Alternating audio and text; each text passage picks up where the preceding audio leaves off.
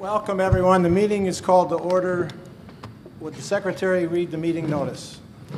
The Board of Directors of the School District of the City of Erie, Pennsylvania, and the Board of Directors of the City of Erie Regional Career and Technical School will meet in regular session on Wednesday, May 28, 2014, in the auditorium at East High School, 1001 Atkins Street, at 6:00 p.m.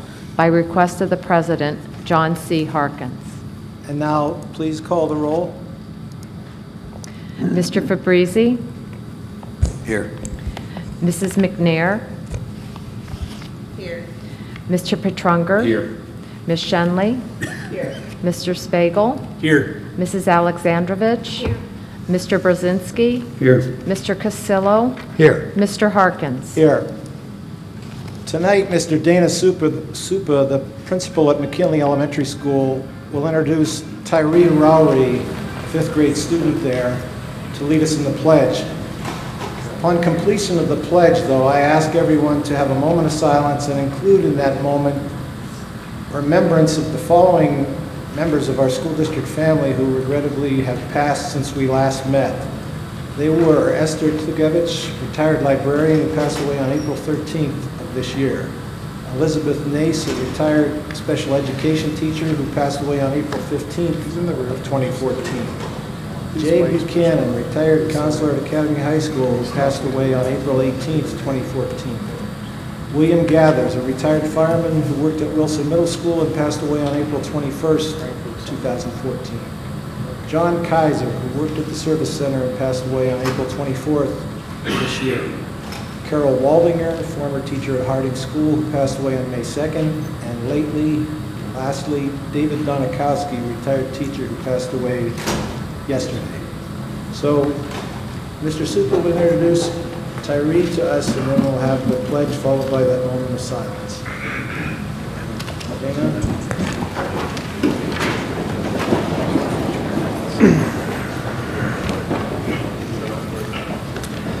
Let's not stand until Dana is Good evening, everyone. I have the pleasure tonight to introduce Mr. Tyree Rowry, who's a fifth grade student at McKinley Elementary School. He's in Miss Radcliffe's homeroom, and he is the son of Fred and Dorothy. He has a sister, Shervonda, who went to McKinley, then Wilson, then graduated from Collegiate Academy, and she's now an IUP graduate living in Pittsburgh. Brother Freddie Jr., age 16, who went to McKinley, is a sophomore here at East and runs track, plays basketball and football. When I asked Tyree what he likes about school, he says multiplying fractions, God bless him, and doing science experiments with bugs and fish. His favorite subjects are math and reading, and in particular, he likes to read Diary of a Wimpy Kid. Tyree is an A-B student. He's had that average his entire scholastic career at McKinley. His personal interests include football. He's a New York Giants fan, and his favorite player is Victor Cruz. Basketball he enjoys, and Orlando Magic are his favorite team, with Jameer Nelson being his favorite player. Tyree's a great role model and a mentor student. He works very hard in school and as a member of our fifth grade basketball team.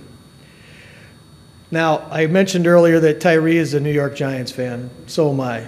And so, we're probably maybe two of a handful in the whole city. So every Monday morning, we would catch each other in the hallway, and if Tyree was rolling his eyes, you knew he wanted to talk about something. So we would spend probably the first 10 or 15 minutes every Monday strategizing and rehashing the game and trying to fix all the problems that the Giants had. So Tyree plans to attend Wilson next year, followed by East or Collegiate. He couldn't decide. But as of his whole schooling, he's been working towards receiving a full scholarship from either Michigan State, Penn State, or Ohio State. So.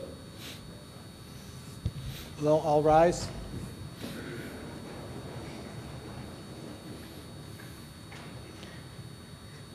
I pledge allegiance to the flag of the United States of America and to the republic for which it stands, one nation, under God, indivisible, with liberty and justice for all.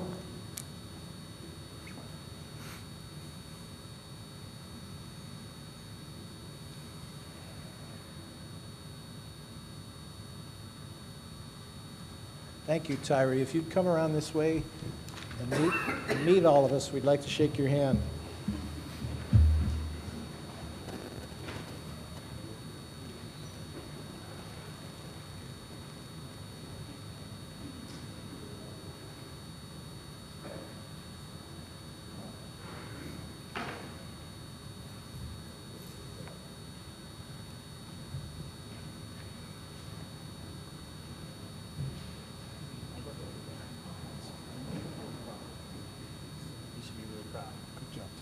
How come you didn't go with the Browns? They can't. That's what I want to know. It's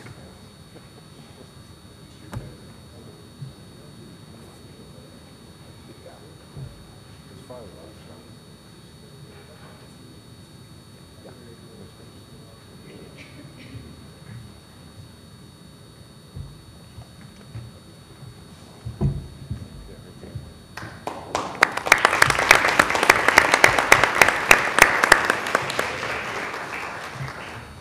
Thank you. Next, Mr. Michael Hayes, a certified quality engineer and also a certified master black belt from General Electric Rail. Mr. Hayes will introduce representatives from the first FIRST robotics team, 291, CIA, Creativity in Action. Mr. Hayes? Thank you for allowing us the time. One of our speakers is actually caught across town, Rosanna Ward, who runs the Gears program, or is one of the chief administrators of that. She's actually caught across town with a car that will not go. So we'll have some of our engineering students take a look at that, see if we can get that restored to working order. This is our team's 16th year of competition, and overall it was a good year. It wasn't a great year, but it was a good year. More importantly, this is our team's 10th time presenting to you, so I thought it might be a good time to look back on what we've accomplished since we've been talking to you in those 10 years. I think you'll be impressed.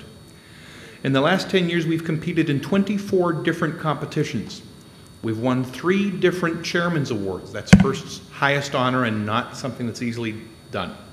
We've won 2 different regional championships, and besides those 5 awards, we've won 17 other trophies in 12 different categories. Our community outreach has been every bit as great, maybe greater. Check this out.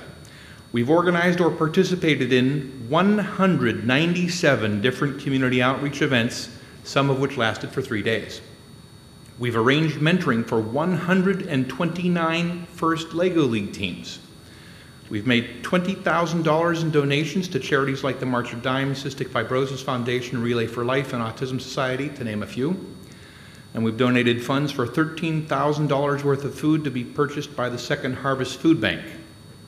This past year, as I mentioned, the robot missed the mark, didn't have our best finish.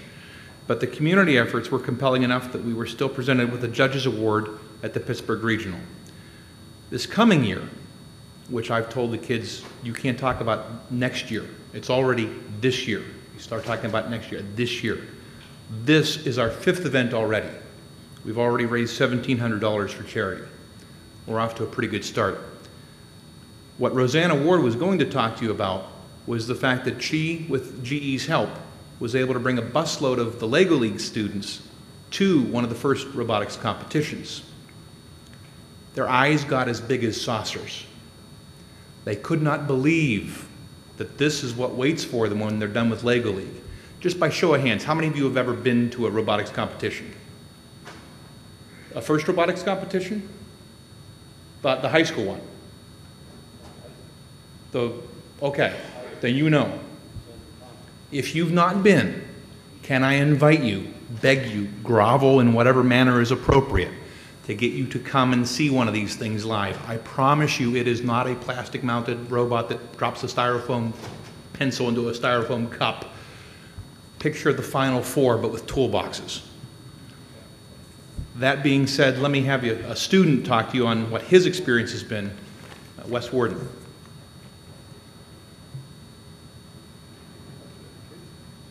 Hello, and thank you. FIRST has given me an excellent technical education, After 4 years, the majority of what I now know about programming comes directly from FRC. Some of this knowledge is further supported by what I have learned in my high school classes by providing a hands-on engineering challenge that can be solved with first provided industrial technology. This is wonderful because the practices and techniques that I am developing on my FRC team are applicable skills that I can be using in a further engineering career.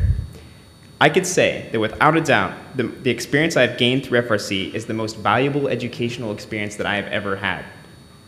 I'm very glad that this educational institution has provided a way for me to be involved in FRC, and I hope your support continues into the future. Thank you.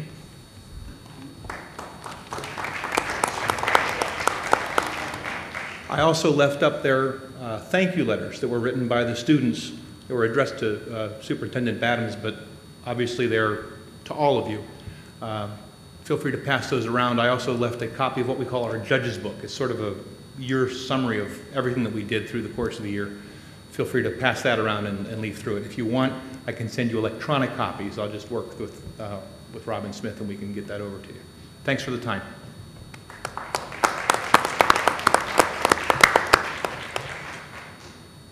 Next, Dr. Badams will recognize Mr. Matthew Cummings, our Communications Director, and Mr. Donald Markowski, our Digital Photographer. They are two of our employees who recently earned Excellence in Education Communications Awards from the Pennsylvania School Public Relations Association. Dr. Badams? Thanks, Mr. Harkins. And before I call Matt and Don to the stage, I just wanted to run down some of what's happened in terms of communications with the district, really since Mr. Cummings joined us. As you might recall, very recently, within the last couple of years, the district was recognized for its commitment to transparency by an organization called the Sunshine Review, which gave our district an A+ for transparency on the web, and really had the highest rating among the 10 largest districts in the Commonwealth.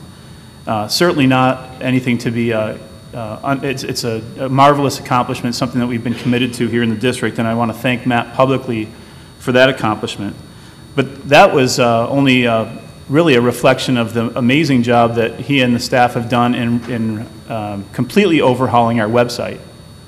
Any of you who have gone online to our website know that there's a wealth of information there. There's virtually any information that you could hope to find is posted there, as well as up-to-date news features and really a whole host of information regarding everything from our optimization plan to our budget to the Opportunity Scholarship. You'll find all those things right there on our front page. In addition, our curriculum, all those documents that are critical to the operation of the district are all on that very interactive and well-maintained website. So I want to thank Matt publicly for that. Last year, we completed a rebranding project. And of course, that, I believe, captures what we're hoping to achieve here in our school district. That is, impressing upon everyone the fact that these are Erie's public schools. And Matt's idea of that apostrophe indicating possession, I think, is important as we move forward and continue in our efforts to improve the teaching and learning, culture and climate, and organizational effectiveness of this district. And I thank him for that as well. My thanks aside, tonight what I really want to do is to share with the public recognition that both Matthew Cummings and Don Merskowski, who are both here, have been awarded by the Pennsylvania School Public Relations Association. I have an award of excellence that was actually, this is the second time that we've been recognized in this manner, but for 2013, the Excellence in Education Communications Awards were presented at the annual conference in Bedford, PA, and we earned 3 different awards, actually. Matthew received an award for the district's website, as well as for our electronic newsletter, News and Notes. And I just have to share feedback that we recently received from a teacher who indicated that in her 36 years of teaching in the Erie School District, she has never, ever, during that time, seen a publication that is such high quality and so full of information in her experience. She passed that along to Matt, but made the mistake of CCing me so I can embarrass Matt publicly by sharing that accolade as well. So without any further ado, I do want to have both Don and Matt, if you'll meet me at the microphone here, I will present these awards.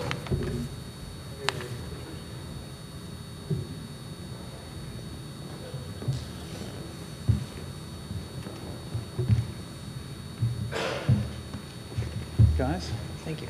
congratulations and thank you so much. Again, I want to thank both of these gentlemen for their diligent efforts in making sure that our communication is second to none and making sure that we're more connected to our community than we've been in the past and more connected internally in terms of the flow of information that's so critical for our success. So here is the Pennsylvania School Public Relations Association Award for the electronic newsletter for Matt. Thank you. And I'll also, at the risk of being redundant, for the school website, so thank you. And then Don Ruskowski also produced and videotaped a news show video for us at an event that's become an annual event through the Erie Art Museum. It's the Kids as Curators program, and Don did an outstanding job in putting together last year's presentation. Don, I want to thank you. Thank you. And he was recognized as winning in the category of a news show video. So, Don, thanks again. Thank you. So let's hear it from these guys. Thank you. Oh, absolutely.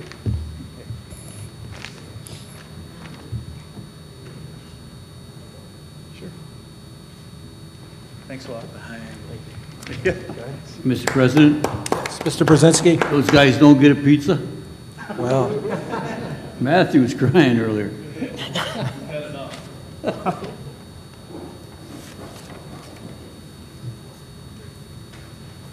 okay, we have a certificate of appreciation to give to Kiana Morgan, our student rep from Strong Vincent, but I don't see her.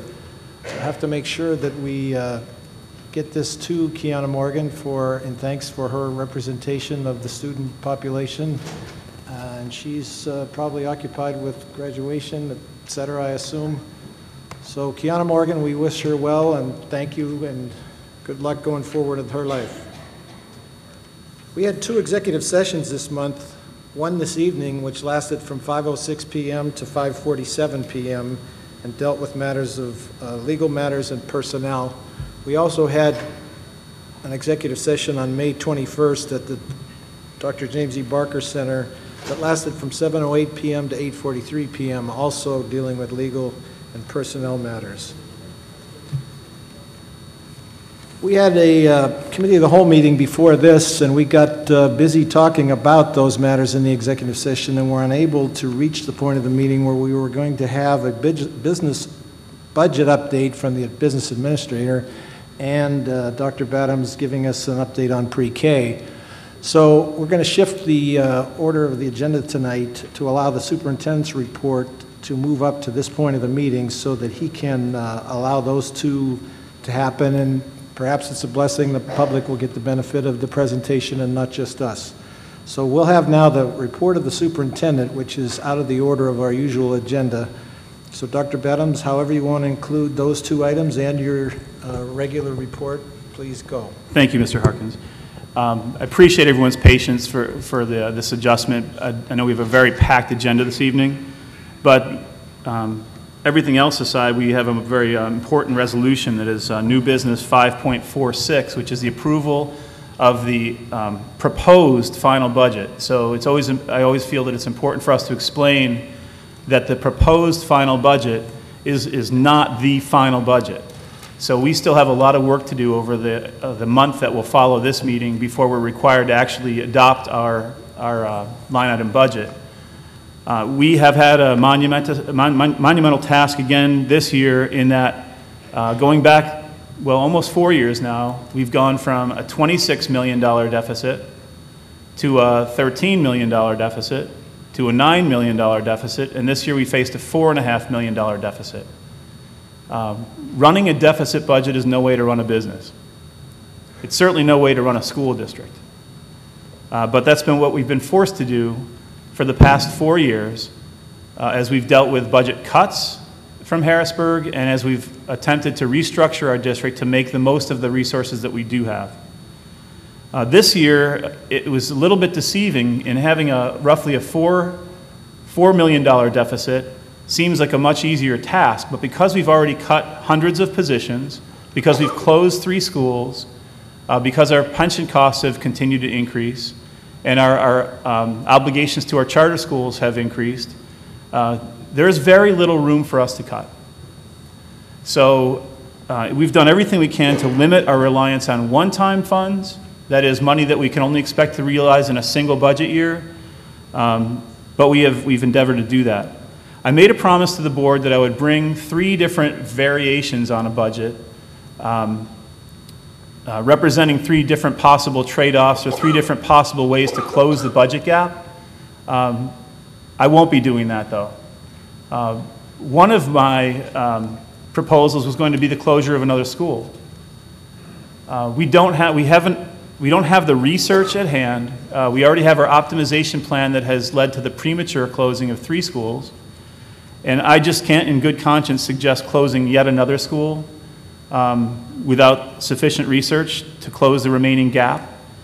The other 2 options are to raise revenue or to make budget cuts or some combination of both. But we have been able to, up to this point, I think the last time we presented the preliminary budget to the board, we had narrowed the $4.2 million gap down to a little over $2 million.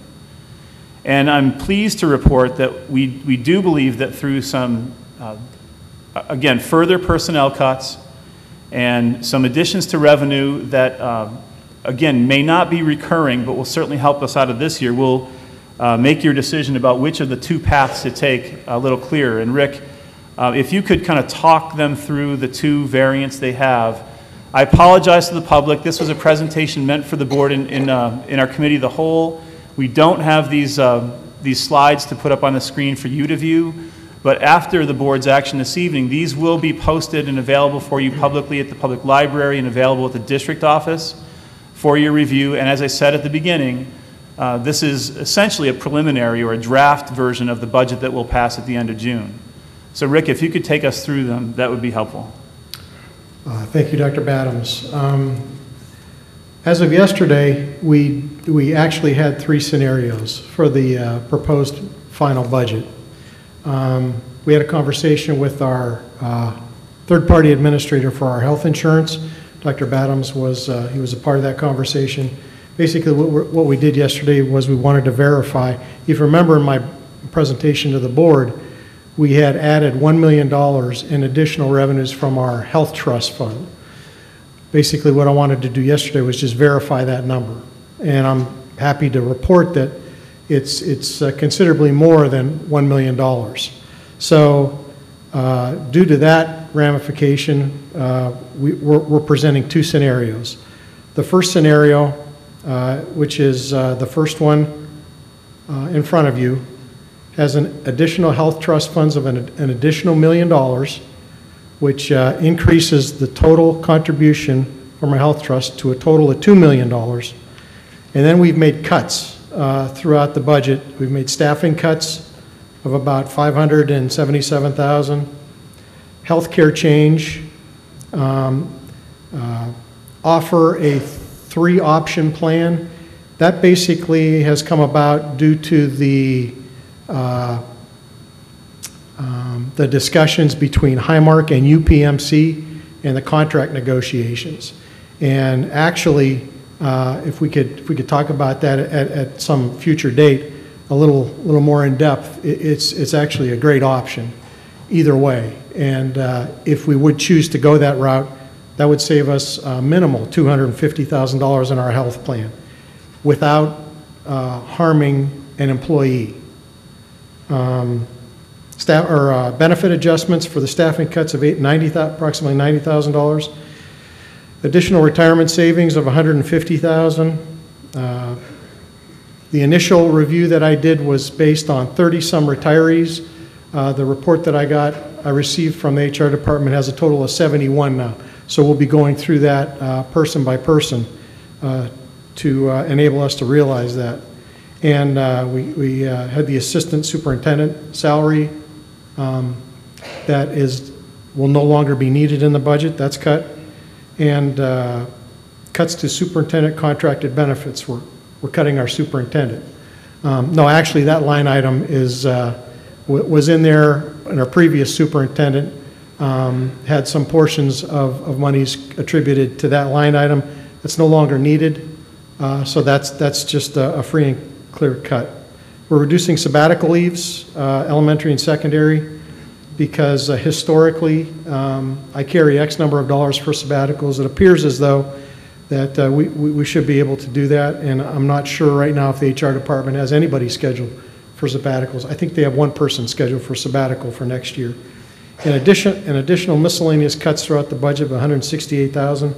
That is actually a good number in that I've gone through the budget page by page, and I've gone through our end of the year expenditure report to look at all the line items. So there are a lot of line items that had excess balances in there, not including supplies and equipment for the instructional for the students, but just several line items throughout the budget that had excess monies in it that we could probably free up. So the first scenario is balanced. We have additional revenue of $1 million, expenditure cuts of $1.4 million, and it's not pie in the sky. It is doable. We met in Dr. Badham's office last Friday with the administrative team, and we discussed a large portion of that $577,000 in terms of staffing cuts, which actually is very doable without any problems or issues with our instructional side. The scenario 2 has an increase in real estate taxes up to the index of about $600,000. Again, we have the additional health trust funds of $1 million, and basically the only adjustments, the only changes from scenario 1 would be with that additional $600,000, we would be able to reduce the staffing cuts. Again, we had a third scenario, which did include the closing of a school, but as Dr. Badham said, that clearly wasn't feasible at this point. So there are two plans, or two scenarios, in which to balance the budget. I think they're very doable. The first one is absolutely doable. Again, I don't believe that if the board would put us on the direction of this first scenario, that would have any major impact on the educational or the operational portion of of the district and the budget itself. Mr. Harkins? Yes, Dr. Badham. Mr. DeAndrea, of these two scenarios, what is your recommendation as business administrator? I would recommend scenario 1, to be perfectly honest, and mainly because it doesn't have a tax increase, and we're actually cutting funds, and we're continuing to cut funds as we have the past 3 years. So this would be the 4th year of continual cuts. The one thing that we are going to have to remember when we go into the 15-16 budget is that we are going to have to make up for those additional health trust funds. Those are one-time monies. So we're going to have to somehow figure that into the starting deficit. And we are making some adjustments to staffing we're moving some instructional coaches to other funding sources. So in the other available funding sources. So in the 15-16 budget, again, that is going to pop up, and we're going to have to deal with that somehow. But clearly, at least in my opinion, anyhow, I think scenario 1 is very doable, and I think it's a good scenario. Mr. President? Mr. Casillo? Thank you. Question. Mr. DeAndrea, this $1 million that we had came up with the additional health trust funds, that's a reserve, isn't it, for catastrophic loss or a larger number of claims that the school district pays for being self-insured? Is that well, right? Actually, to be perfectly honest, how we receive those monies is that we have reinsurance over and above our regular insurance. In other words, we have a spec limit on every employee. Erie School District is self-insured in our health insurance. We will cover up to $125,000 in claims for any one individual. Over and above that, we have an insurance policy on top of that, which we pay a premium for. What happens throughout the year is we actually pay those costs over and above the $125,000, and our reinsurance reimburses that back to us. So in essence, it's a reimbursement back to the district for essentially overpaying throughout the year. Excess premium. Yes. At the end of June 30th, 2013, that amount was $1.2 million. We did not draw down on that. And throughout this fiscal year, BAI has indicated that there's probably another $800,000 to $900,000 where we've paid health costs that will again be reimbursed to us at the end of this year. So in essence, there's over $2 million. But you're essentially correct in that in a perfect world, what we would normally do with these funds is keep them in our health trust, grow the health trust fund for a time down the road when we would need it, for maybe 2 or 3 years when maybe when the Cadillac plan comes into existence, things like that. But you are correct, yes. Thank you. Rick, we did discuss with them there would still be money in that fund after we get the $2 million back. Is that correct? Yes, there will be approximately $900,000 left in there, even after we draw down on the $200,000. And BAI has recommended that we maintain that in there to keep the solvency of the whole program. We're in the Norbit Trust, which all 13 school districts in Erie County are in it. It's a self-insured program. So if we were to pull all of our money out, that could have a dramatic impact on the other schools. It is our money, though. And if push came to shove and we needed that, we definitely could get our hands on that, yes. Thanks, Rick. Unless anyone has any specific questions for Rick, I just have some summary information. Go ahead. All right. Thank you. So I don't want to make this sound like it's a rosy picture for us. We're really at a point, when you look out 5 years, where our expenses will far outpace our revenues. They already are. The fact that we've been in a deficit mode and that we had to cut our way to this budget and rob our health trust in order to help make up the deficit to avoid really painful cuts it's a reality that we're living in. It's the same reality that other urban school districts are facing throughout the Commonwealth.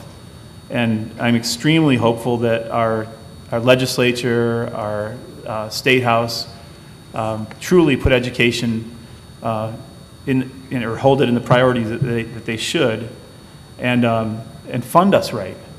We can't continue down this road. We will be back in a $26 million to $27 million deficit situation, most likely by 2018 if something doesn't change. We won't be able to keep up with our expenses. So enjoy this, I would say enjoy this budget, because things don't look better moving forward. The other thing that we need to keep in mind is we've been trying to be extremely careful with the grant monies that we receive. And so we had enjoyed $1.5 million per year for the past 3 years here at East High School, and $1 million per year at Strong Vincent High School over that same period, that are now coming to an end. And all the staff that we hired under that grant were hired with the awareness that when the grant is done, we can't guarantee their employment. So we as a board received presentations from both East High and from Strong Vincent, essentially making the case for continuing the behavior staff, the attendance and truancy support that they have used some of those funds for.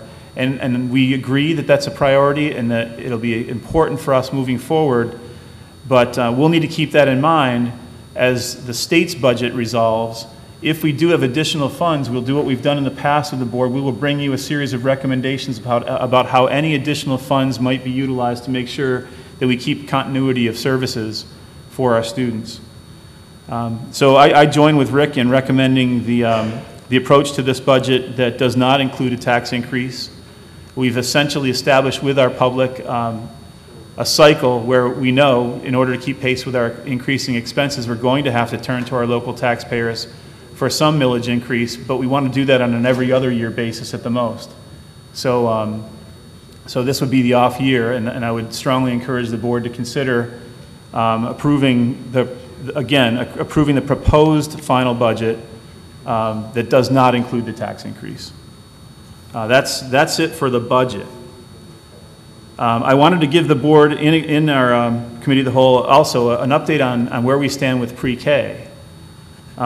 We will be releasing information publicly about our intention to expand access to pre-K and to provide pre-K instruction in several of our schools. I'll wait till Monday to provide all the detail, but we have partnered with Mercyhurst University and Early Connections to provide pre-K opportunities in 7 of our buildings, and those buildings will be Edison, Emerson Gridley, Harding, Lincoln, McKinley, Perry, and Wayne. And we'll have much more on that come Monday, but we're really excited to be able to do this. What we've essentially done is, for about 100 students, we've been able to add about 100 students to the number that we already serve with the same amount of grant funding. And we've done that because the spaces that we have through the Pre-K Counts program that were full-day slots, we've now essentially doubled by making half-day slots of them, and then partnered with Mercyhurst to provide the other half of the day. So students will still get a full day's instruction, but we'll only be expending a half of the cost for the grant funding to support those slots. So we're excited to reveal the details of that program this coming week, and encourage you, if any of you out there have a need of pre-K or know of anybody who does, we'll be beginning that enrollment process very shortly as well.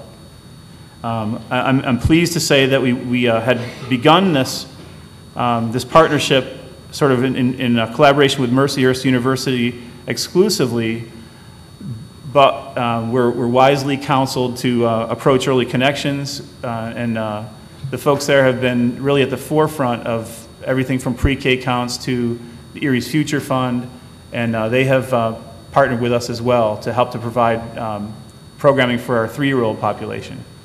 And we'll be, again, sharing all the details of that this coming Monday. So I think I've gone on long enough. If this is indeed my superintendent's report, I had also hoped to point out that this will be our last regular board meeting before the close of school. Our students will finish on June 10th. We have a whole bunch of graduations coming up. I can't believe it's here already. The last month or two have been rather tumultuous for us as a board with the variety of business that's come before us, but we've had a very successful year academically. I can't wait for the graduation ceremonies and be able to greet all the young people who will be leaving us and going on to either higher ed or their careers. But to everyone out there in the public, I urge you to help us to celebrate our graduates and to look forward to their bright futures.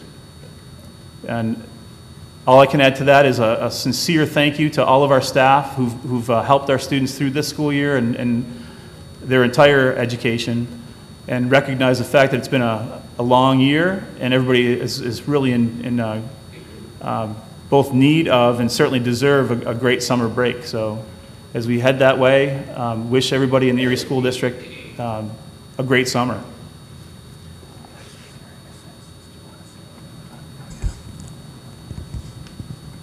And I guess one last thing, Mr. Harkins. This almost doesn't count as superintendent's report. We are fully aware that we have a great number of citizens who've signed up for 5 minutes to talk primarily about the Erie Rise charter school renewal process. And I would just like to point out that while we'll certainly go through that, I want to assure everyone that this board is committed to making a very careful decision, to deliberate fully, and at the very compelling hearing that we had, we heard from many, many concerned citizens, and we heard from Attorney Fitzpatrick, who counseled us to make sure that we waited until we had all the facts in front of us. And I just want to say the board is committed to that. that there will be no rush to a decision, and that we will fully weigh every bit of information and wait for all relevant information to come before this board before we do make any sort of a decision. I wanted to share that with everyone who's come here for that purpose, but also with the public, to rest assured that we will make an informed decision. For parents who are concerned about their students and what will happen next year, no matter what happens in this process, whether this board decides to renew the charter or to go forward with non-renewal, Mr. Myers made it clear that if it does go the route of non-renewal, they will take advantage of the appeals process as far as Commonwealth Court if necessary, which means that the school will continue to operate until all of this is ironed out. So for those of you who are students or who are families who have been with Erie Rise, the school will continue to function in either course of action. So with that said, I turn it back to the chair. Any other questions or remarks on the superintendent's report or questions for him? Mr. President? Mr. Cassillo? Thank you. One thing that I'm happy to announce that you may have read in the newspaper or have heard it, seen it in the media, that there is an active organization called Pre-K for PA. And it was originally formed in Philadelphia. And there is a trust that is working with the Pre-K for PA in the initial formulation with the intent that we want to raise that awareness in both houses, in the Senate and the House, to formulate a plan so that there can be set aside certain funds perhaps to assist public schools, urban schools in particular, to encourage the enrollment in the pre-K program. There'll be a lot more that you're going to see and hear about in the future. I was asked to be on the initial steering committee, and I've generally consulted with Dr. Badams, and he has agreed to meet with the people who are responsible for pre-K in the Northwest Pennsylvania region. I want to emphasize that this is a bipartisan organization. It has nothing to do with Democrats, Republicans, Independents, Green, any of that. What it is for the children, and that's what this is all about. That's why we're here.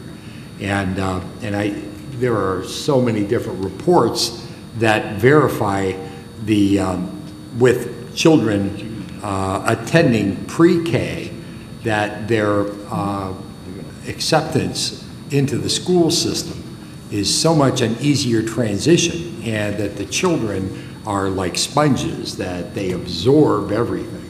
And by bringing them into the system in the pre-K, that there are huge benefits in graduation rates and in the children's grade point averages. So there are a number of different things.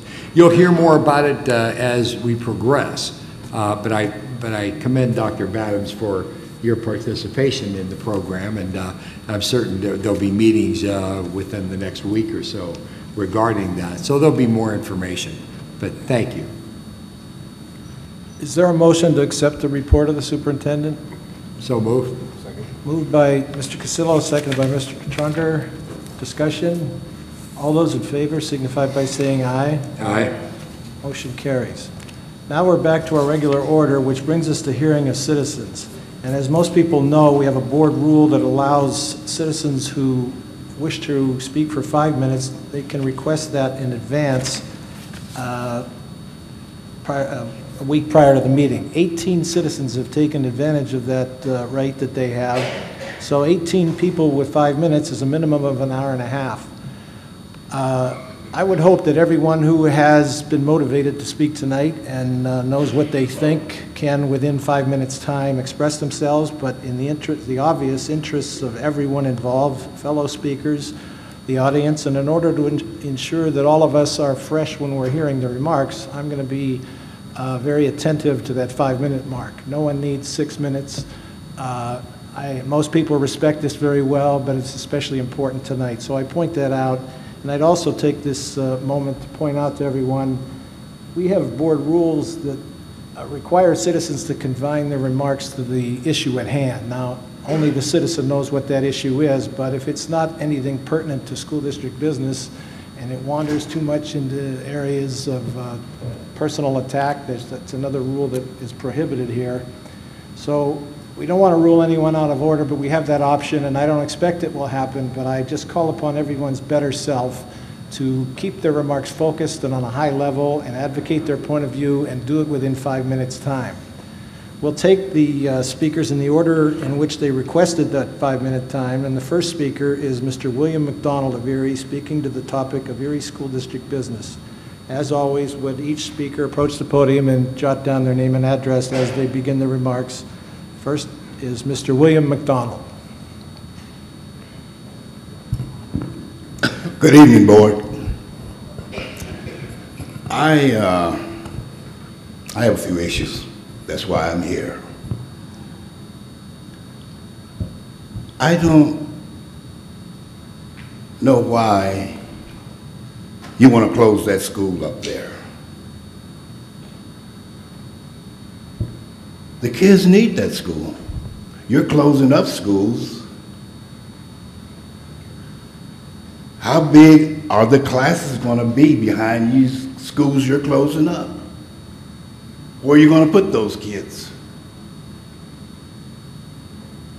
They got to go somewhere. Those kids are more important to me than you are. These kids, they're dependent on you. You're supposed to be the leaders. I don't understand. Mr. Myers, he took over something that you all really couldn't handle. The kids come from the public schools, the teachers came from the public school, and I'm hearing that you're saying they're inferior. I think Mr. Myers is doing a good job up there. Have any of you went up there to instruct him on anything as far as running a school? You're supposed to be professionals. You're supposed to know what you're doing. If you haven't been up there to help him along with what he's trying to do, then why would you try to pull him down? If you can't help a person, don't pull him down. When you dig a hole for him, dig one for you too. I don't know where you're going with this. You should be proud of what he's trying to do. The peoples of color in this town, we don't have hardly nobody leading us. You all can't lead us because you don't know nothing about us. I don't know where you're going with this. My advice to you is to support him up there. Go up there and try to build him up, not try to tear him down. I don't like what you're doing. He haven't stole no money. Here a while back, you was over $50-some million in the red. He's not in the red. Why don't you help the man? Why don't you help the kids? You don't love the kids? This is all about the kids. Anytime I come down here, I'm telling you about the kids. The kids are our future. And if they don't get no education, what do you think will happen? What do you think is going to happen? I want you to support that school up there. I don't want you trying to tear it down. I don't want you to do that. I'm asking you myself, please don't do that. Help the man. That little money that you're giving them up there, you're not giving him enough. You're really not giving him enough. I don't understand you people. I don't understand you. Look like you should be glad to give that young man a hand. He's trying to do something. He's trying to help build our young peoples up, and not just the black and white. He's not choosing no colors. He got more white folks working up there than he got black. So ain't no racism there, but I'm seeing racism on you all's part, and that's bad. Racism will be the thing to tear this country down. It's working pretty good. I'm listening to the TV the other day. Congress wants to cut the food for the kids, but they got all this money to tear the president down, but they want to take money from the food program for the kids. That's wrong. Let me tell you something. 30 seconds, Mr. McDonald. God is going to deal with all wrongdoers one of these days. I promise you that. I'm going to pray that you do the right thing and support that school up there. Do not go against that young man. Help him. Help him, and God will bless you. But I'm going to tell you, if you don't help him, God is not going to bless you. I thank you for your time. Thank you, Mr. McDonald. Next speaker is Michael Anderson of Erie, speaking to oppose the renewal of the charter for the Erie Rise Leadership Academy Charter School. Michael.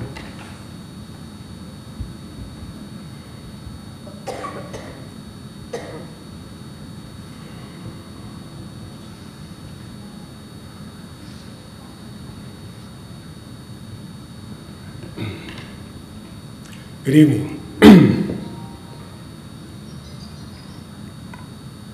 My name is Michael X. Anderson. I reside at 1917 Camphausen Avenue here in Erie, Pennsylvania. And once again, I am a proud graduate of the Erie School District. Less than 30 days ago, when we had the previous meeting, the solicitor of the Erie School District listed all the violations by the Rise Leadership Academy. What stuck in my mind was that the chief executive officer had broken the law as far as paying himself a salary above his pension. And by doing that, at the same time with the board itself not properly addressing that matter, and by looking at all the violations, and it seemed like the majority of it is the irresponsibility or lack of accountability on the chief executive officer. And my whole point on this is that when it comes to leadership, either there is trust there or there's distrust. What I was hoping to hear in that meeting was a demonstration on what is our remedy towards the situation. Is the chief executive officer still paying himself a salary at the same time still collecting a pension? That's against the law. And to some, that may seem like it's not an issue at all. Let's just focus on teaching the kids and making sure that they know the 3 R's. Well, at the same time, there's an order of business. And if you read the information as far as the state findings, as far as violations, so many of this, right, it's just simple, just crossing your T's and dotting your I's. They had 2 beautiful young ladies, one who said the mission statement, and at the same time, Mr. Myers stated that her sister that was with her was coming to the Rise Academy next year. He said that proudly. But that had me thinking, at the same time, he also stated that the reason why there were 33 kids in the kindergarten was because that many of those young people, they had siblings that were older, and that's why they needed to be able to come into the school. I'm sorry. If your charter says that we're only going to have 20 kids per class, then that's what you have. So now the question is, if you went to 33, why isn't the money there to pay for an additional teacher so you can split up to 16 and 17? See, you can't have it both ways. See, either you're going to follow the rules, cross the T's or dot the I's, or you're not. And then when you're being held accountable about it, because I'm like this, I personally feel that this situation that the school is in, it starts with the leadership. The teachers did their jobs. The students have worked very hard. But you look at all the violations, you clearly see that there was just a lack of responsibility and accountability on leadership. And now they're saying, well, we're going to do better. Well, how do we know that? In most situations, right, what happens is when someone breaks the law, they step down. Matter of fact, at the same time, board members either resign, a lot of times there's new board leadership. All I know is this: when Dr. Barker retired, it seemed like, I don't know, X amount of months later, it came out that the Erie School District was $26 million in debt. And then from that, what happened? Well, you had board members who decided not to run again for office. You had different leadership come in. Here we are 4 years later, and now you're getting an award for transparency. What I'm saying is that generally when people break the law, it means that there's going to be a change, particularly a change in leadership. And all I'm saying is, as far as my view, the issue here as far as the renewal goes is, how do we know that the leadership itself has changed as far as their approach in the matter of running the business of running a school? And that's it. And that's all I'm simply saying. Now, what I will also say is this, is that here we are 4 years later, and we basically have almost a new board here within the Erie School District. And they've done a very fine job making tough decisions as far as closing schools, as far as teachers being laid off. And once again, you got a hard decision in front of you. 20 seconds, Mr. Anderson. Thank you, sir. I don't want anybody losing their job, honestly. I don't want kids having to have jumped from one school to another. But at the same time, right, I believe with taxpayers' dollars at the issue here, leadership should be held accountable as far as their actions. Thank you for your time. Peace. Thank you. Next speaker is Mr. Lehman Plott of Erie. Mr. Plott.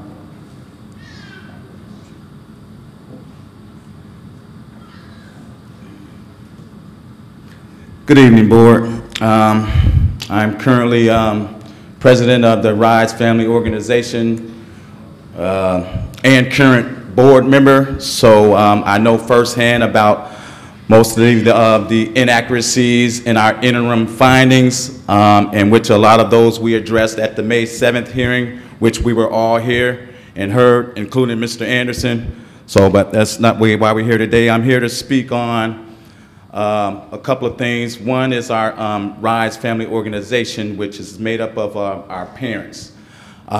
We meet regularly and as needed. We meet monthly, every third Saturday of each month, which is our Saturday school. We have elected officers, and our parents are very dedicated. We meet at 9 a.m. in the morning. Our parents are there bright and early, beaming eyes, and they give up their Saturday mornings to come to those meetings because we care about our children. I am a proud Erie Rise Leadership Academy charter school parent. This is my son's second year. He's a fourth grade boys. He's an honor student and a model student, and he's been every quarter the whole 2 years he's been going there. You know, so I give praise to his mother and I in conjunction with Erie Rise Leadership Academy Charter School. So I know firsthand what the school is doing. And needless to say, because a lot of you are educators, the importance of parents being involved in their children's education. To run off some statistics, when parents are involved in their child or children's education, if a girl, teen pregnancy, delinquency, high school, dropouts, drug abuse, bad behavior decreases considerably. And we all know that that's a positive thing for our community and to society as a whole. I am pro-choice, so, and in saying that, that's not just for the students, that's for parents as well. And us being parents, we are our children's first educators. So give us that right to decide for our children where and how we want to educate them. Do not take that away from us, please. Being adults, which is us, our children are watching us. We teach our children at the Erie Rise Leadership Academy Charter School to do the right things, to say the right things, good behavior, get good grades, and if you do all those good, right things, good is gonna come to you. So let's not send them home with the questions, why are they closing us down? Because we did everything that you asked of us to do. Why are they shutting us down?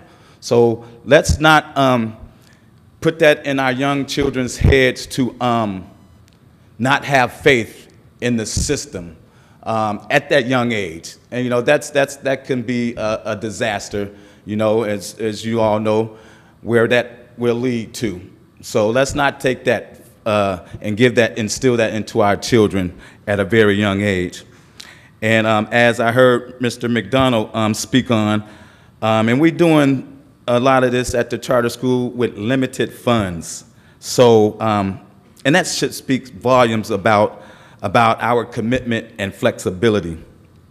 Charter, choice, quality, and accountability in public education. Erie Rise Leadership Academy Charter School is very effective, and we're also very transparent. Again, I'd like to commend all our parents. They're given, you should see our parents at our meetings. They are so proud to be a part of something. We bring in their self-esteem up, and which means that's filtering down to the children. And as a child with high self-esteem, they're going to grow up to be an adult with high self-esteem. 15 seconds, Mr. Thank you, Connie. Which speaks volumes, which is all positive for our community and, again, for society as a whole. So let's not give our children the... That's it, Mr. Plott. Okay, thank you kindly. Okay. Let's get this one right. Let's get this one right. Thank you. Next speaker is Mr. Joshua Plott of Erie. Mr. Plott.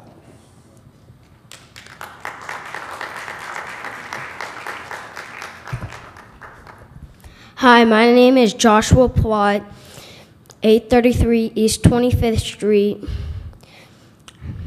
16503, Erie, PA. Very good, Joshua. You're the first one who did it the way it's supposed to be done. So take a breath, relax, and you're doing fine. I like Erie Rise because of everything. I like technology, Spanish, math, and reading. My favorite specials are gym and art, but we don't have art right now because we don't have an art teacher.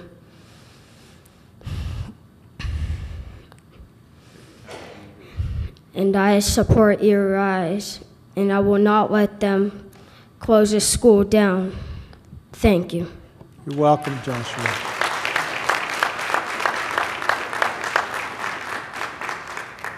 Next speaker is Ms. Jessica Perez of Erie. Jessica.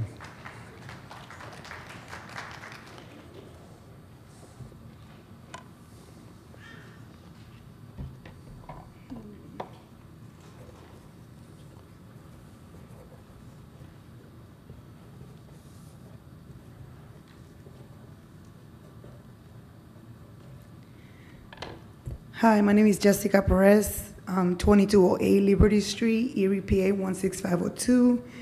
I'm just here to hope that you guys reconsider the closing of the schools. My kids, they're doing very well. They're looking forward to go to summer school. They love summer school because they do a lot of activities. We're talking about taxpayers. I mean, I go to work 40 hours a week, so I think I should have a right to choose where my kids go to school to, and I choose Erie Rise. It's their first year going there. My kids, their grades are perfect. They go to school every day. They have perfect attendance. They look forward to the next day from Monday to Friday, even Saturdays. Like, it's hard to try to get up a kid on a Saturday morning, and my kids, they actually get up when it's school day. That's weird. And I mean, and I get to go to school too with them. I go to the meeting. I don't miss any of the meetings because I think that's the best way to do it. If you go to the meetings, you know what's going on with your kids. If they call me from school, something's going on, I'm quick to take my hour lunch and go to school and see what's going on. What else? And like I said, if there's any problems, anything comes up, they call me right away, which is impressive because I have had where my kids have lowered their grades, and when my kids went to Perry, my son, he was an honor student, and then when his report card came, he has straight D's. How can you let it go so far? I would think that at least call me and let me know your son has lowered the grades. Not even one letter, one call. And here, as soon as they see my kids are lowering their grades, I get a call. As soon as they see my kids are having bad behavior, I get a call. And I love it. And like I said, I don't mind taking time from work, going to school, going to meetings. That's the right way to do it. And like I said again, I should be able to choose where my kids go to, and I choose Erie Rise. Thank you. Thank you, Ms. Gross. Next speaker is Ms. Jennifer Jaggi of Erie. Hello, Jennifer Jaggi, 833 East 25th Street. I'm here to support Erie Rise. They've done a lot for my son. The staff is excellent. They support not only our students, but they support us parents too.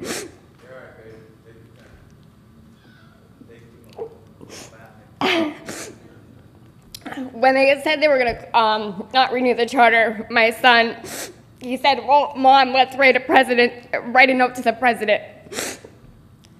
I had to explain to him that the president has bigger problems to deal with than to help us, but that we would do our part and support Erie Rise.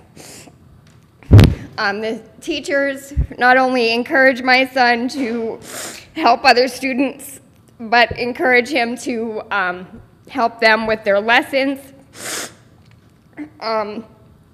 He was teaching the other students at his other, at Ben Wiley, where he was going before he went to Erie Rise, in first grade. He was teaching the students the lessons the exact way that the teacher taught him.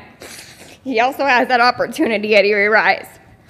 And I would hate to see that opportunity go away. He's not only helping himself, but he's helping the other students.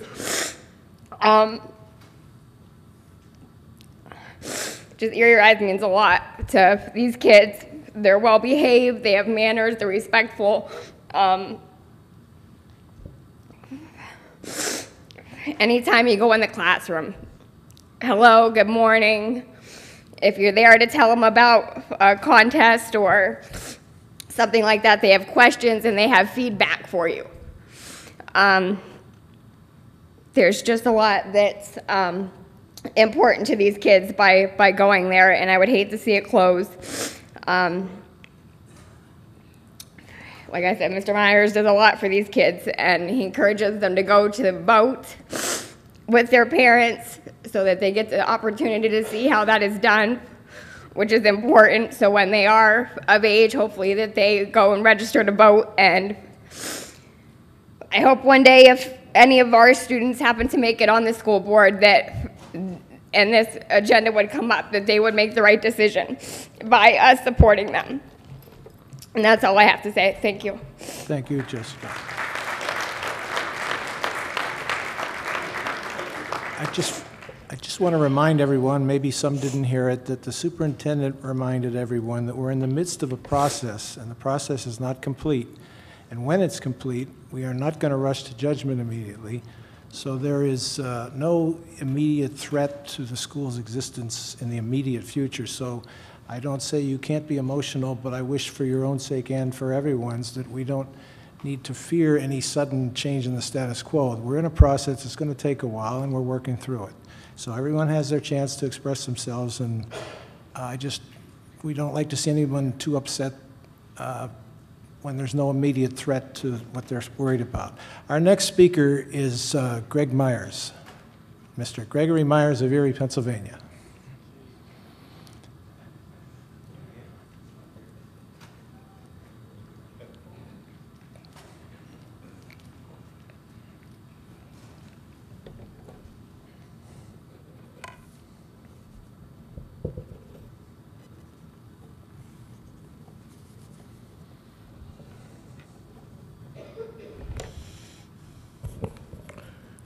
Good evening. First, I'd like to congratulate Don Rakowski. Don is a Mr. Burton.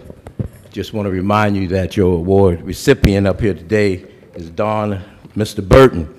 Now, I don't know Mr. Cummings, and I want to congratulate him on that award. I was looking at this paper. The problem I have, though, with Mr. Cummings is that, and I hope the board will certainly put a stop to it. And I had a guest at my house at the time, but we're listening on the news, and he's up there saying that Erie students came to Erie Rise, was at Erie Rise for years, quote, because I videotape it. He said Erie students were at Erie Rise for years. We haven't been around for years. And then they go back to Erie School District, and they're years behind. You got to stop that. You can't have people on your staff on TV making those false accusations. You just can't allow that. Please don't allow that to happen again. And the appeal process is not a long process, so parents do have a reason to be nervous and upset and hesitate, you know, because it's not a very long process. So, you know, they certainly are going to be upset. You know, you got teachers, you got staff, you have a lot of people. You know, they plan far enough in advance. So we need to settle this issue as soon as possible. You know, Dr. Adams, I agree in terms of budget and finance. The problem is the way they fund education is outdated and inadequate. I know it, and everybody up here knows that. We need to work together. I was watching a state president of charter schools, state board president, and others, and they said one of the problems that we have is there's not enough working together or communication between charter schools and other public schools. And I was wondering, they must have been at that hearing and heard me speak, because that's what they were saying on TV just the other day. So the way that they fund education is certainly, again, outdated and inadequate. We need to work together, because my point to you is, let's pick the right fight, you know, and don't balance your budget on Erie Rise students, because we're on the move at Erie Rise. You know, I was wondering, I saw this beautiful article about Erie School District and historical and things that they're doing and, you know, portraying Sojourner Truth. And we do that with Johnny Johnson and several others. Then I wonder, how come we don't get the press? We haven't received positive press, and I'm bringing this up because I know, Dr. Badams, you were on your show and you talked about the expense and what some charter schools, cyber charter schools, get this money. They can advertise. You have a newspaper, the Erie Times, belong to you, because we haven't had a positive news article on Erie Times since Valerie Myers and Sean McCracken. We haven't had a positive, they used to come over and tell our story in the newspaper. We haven't been able to get that in recent years. Going back to making that false statement, I want to make this perfectly clear. Foundation is key. We got students that was at your school, kindergarten, first grade, second grade, third grade. We got them in September. We gave them the mandated test in March. They didn't do well, and you blame us. I want to say, and that's serious business, because it's out there. Our students, Mr. Myers, they're going to close our school. Mr. Myers, what are we going to do? We're going to fight until the very end, because we're on the move and we're doing what works.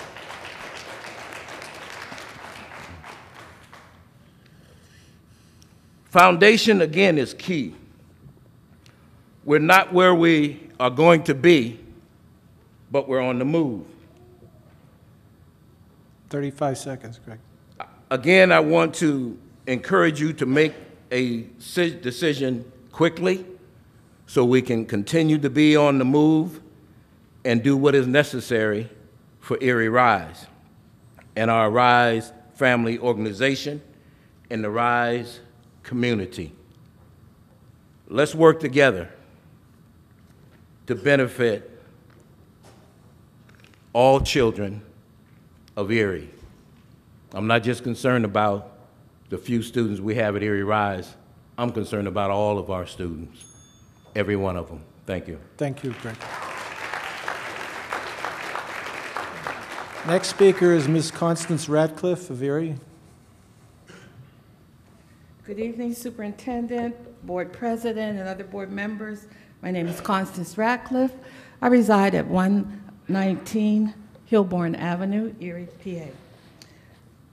I'd like to say I'm speaking on behalf of governance, school governance. A charter school is governed and led by competent individuals who are responsible for the charter's mission and vision, as well as the public funds and trust. The Board of Trustees at Erie Rise ensures compliance with nonprofit requirements related to conflicts of interest by executing a conflict of interest agreement each year. The Erie Rise Board of Trustees, both formally and informally, engages in regular development through professional literature applicable to the governance of a public charter school, attends trainings, conferences, and/or seminars at least once a year. There is a self-assessment process in place for evaluations. There are policies and procedures that are used to provide training for new board members. The Board of Trustees recognizes and preserves the executive, administrative, and leadership authority of the school. It communicates expectations to the school leaders at the beginning of each year and as necessary. It formally and informally monitors the performance of the school leader and communicates this in a timely manner. It facilitates leadership development and opportunities for school leaders. However, to my knowledge, as the board chair of Erie Rise, and again during this process of the 5-year renewal process, not one person from the Erie School District or any elected school board director has requested or conducted a site visit, have requested to interview parents or students or current members of the governing board, the administration and staff at our school. Why would the authors not make a site visit, especially when the school is preparing to undergo an important process as charter renewal? It is not unreasonable to think that contact from an authorizer during such an important process would occur. However, when an authorizer has not clearly, effectively articulated with the charter school or made public to the taxpayers their own criteria and procedures leading up to the decision about charter renewal, it's their actions that reveal a lack on their part of underperformance and unreliability of their own policies and procedures. And sadly said, these actions ultimately reflect on the elected school board directors. To the citizens of Erie and to the supporters of Erie Rise, the Erie School District lacks of communication with our charter school can also be viewed as a lack of basic governance by an authorizer. Most will agree that starting a new school is not for the faint of heart. Any new school during its first years of operation struggle in some area or another, but generally will hit their stride in the 3rd or 4th year. A 5-year renewal means that the school will be judged based on 4 years of data, which is the right amount of time to give new schools, and that is neither too much or too little. The Board of Trustees has diligently worked to improve all functions of the charter and have created policies and procedures that reflect consistency in the day-to-day administration of school business. This is a process that is ongoing, but at least we can show that progress is being made. The Board of Trustees can plan to evaluate the school's programs in the next term of its charter. This plan may be found in the same policy and procedures board handbook. We honor our parents, the school, and the trust of the citizens of Erie by making swift corrections when needed, by creating effective and accountable processes that reflect fairness and tolerance. We expect that the Erie School District to grant a 5-year renewal to the charter school. We should be able to agree that we want to see our children provided with an equitable education. And I thank you for your time. Thank you, Ms. Radcliffe.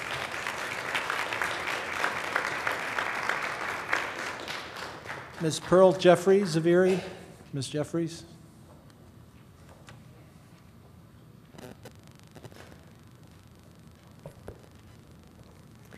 Pearl Jeffries, 2823 Davison Avenue, Erie, PA, 16504. The word trauma is used to describe an experience or situation that is emotionally painful and overwhelming. In thinking about the majority of students we work with, or that I work with at the Erie Rise Academy, they have had multiple traumatic events and experiences. Just like parents and adults, students are overwhelmed and traumatized. I have devoted 18 years of my professional life working with at-risk children who have been traumatized and feel little or no hope of a brighter future.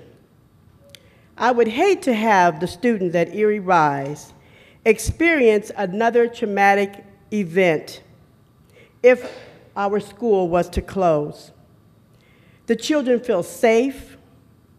Many have established positive relationships with caring and committed adults.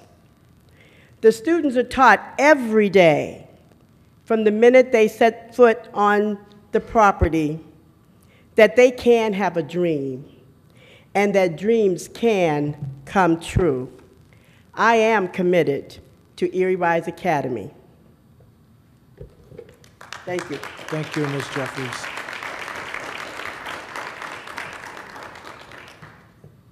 Mr. Charles Mock will be next. Mr. Mock.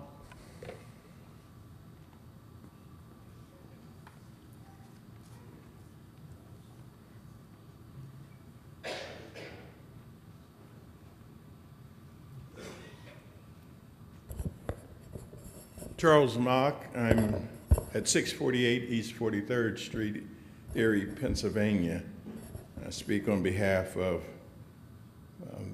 clergy in this community, African-American clergy in this community, to Superintendent Badams and school board officers and President Harkins and all of the other board members, to Erie Rise and to all of the citizens of Erie community. I stand in support of a vote of confidence in Erie Rise.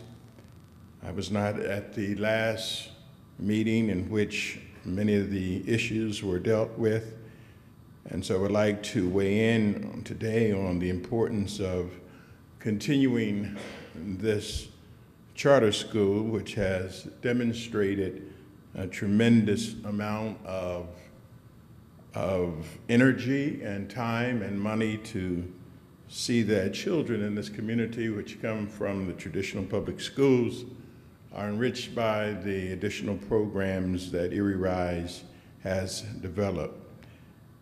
I come to let you know that there are many things that I've experienced as a pastor which influence my position about the importance of Erie Rise. And one of the things as director of a whole missions department for the National Baptist Convention, I understand through my work that nothing can be completed in these days without tremendous cooperation. And you have heard previously, you've heard this evening that it takes cooperation between the traditional and the new for us to change educational outcomes. I have experienced that in my work. I have been disappointed that the traditional church has not been able to deliver on many of the promises that we promote through sermons and through teaching.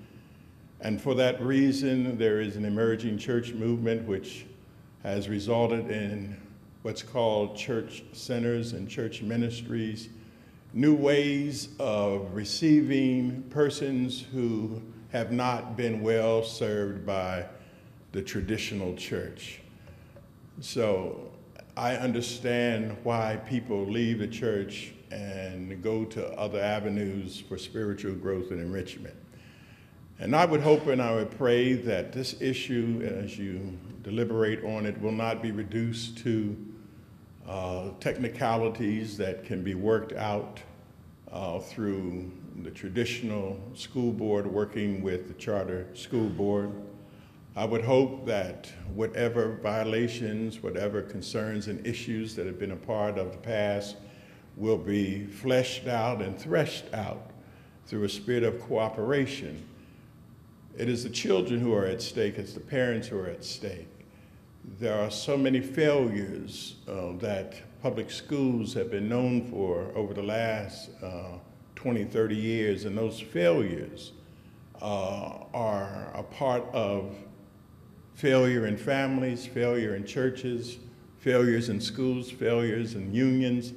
It takes a lot of failures to fail one child.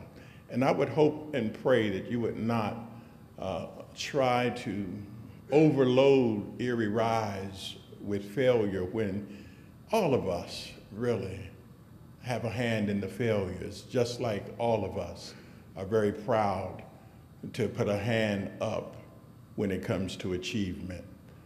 I would hope and I would pray that this would not be reduced to issues around personality, politics. I hope that it would not be reduced to financial matters. I hope that we see that we in Erie are Erie together.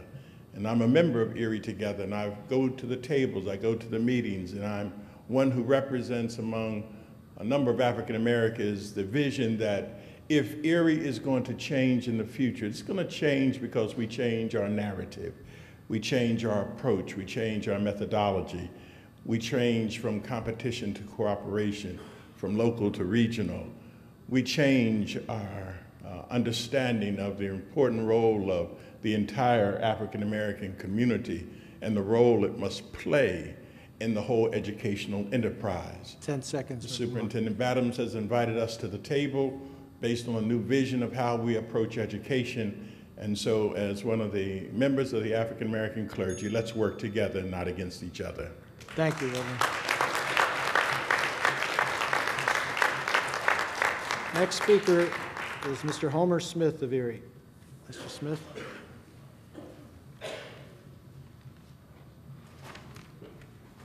Good evening. My name is Homer L. Smith, Jr., 3901 Dexter Avenue, Erie, PA, 16504. And I would like to submit my testimony in support of the 5-year charter renewal of the Erie Rise Leadership Academy Charter School. I've had the pleasure to work at Erie Rise since August of 2011 when we first entered the building. And it's been a great experience coming from a background of working with college students at Gannon University in their Upward Bound program, the academic Ackland 01 program, for working at Gannondale School for Girls for over 35 years, working with at-risk youth, and see the need, like Sister Pearl Jeffries just indicated, on how we can change the pattern of some of our students headed to mass destruction. I'd just like to share some of the comments that our students have shared with me regarding why they chose Erie Rise. Some of the things that they've enjoyed, even the experience of coming in this auditorium and seeing firsthand the experience of how government works at a school board level, visiting the Perry 2000 Historic Trail, visiting Tom Ridge Center, visiting the Historical Society. One sixth grade boy indicated that the school isn't great, it's awesome. One student wrote that the school shouldn't be shut down because it's very special to them and that they never want to leave this school. Another student wrote that the school is very special to them because of technology, security and safety, after-school programs, and field trips. One student wrote that they enjoyed Saturday school and wishes that they had school on Sunday. One student indicated that they liked the staff and that staff encouraged them to develop a love for learning. Another factor was that they and others felt safe in the school.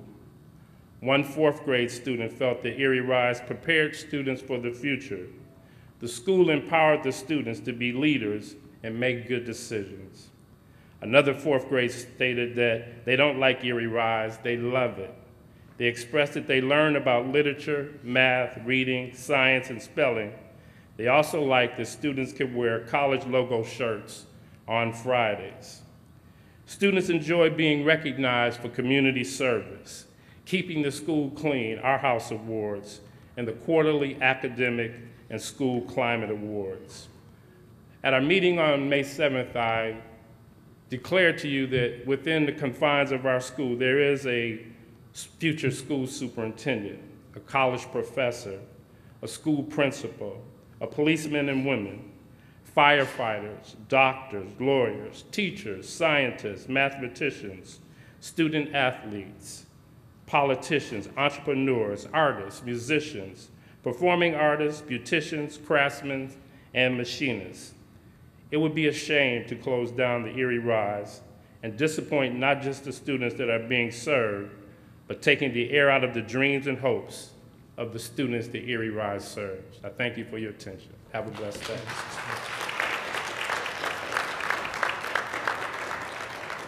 Next speaker is Elder Tony Radcliffe of Erie. Elder Radcliffe.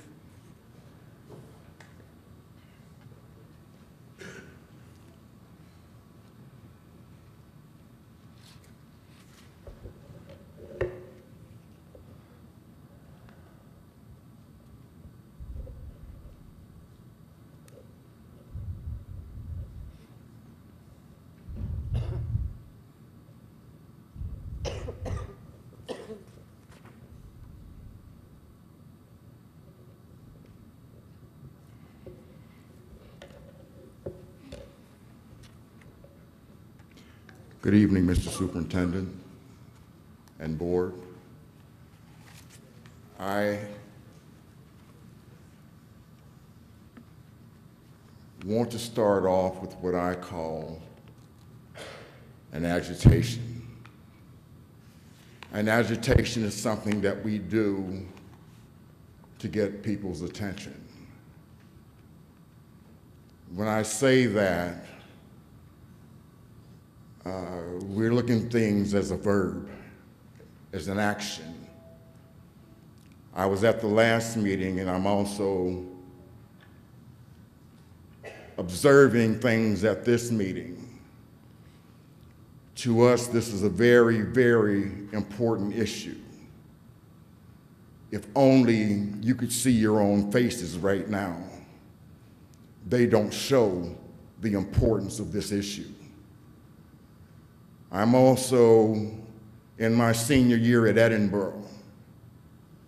And when I'm saying that for is to say that if we got up and walked out of class as many times as you walked out of this class, it only shows that you're not interested in what's going on. It's very, very impolite, and it's not very intelligent. That's called an agitation.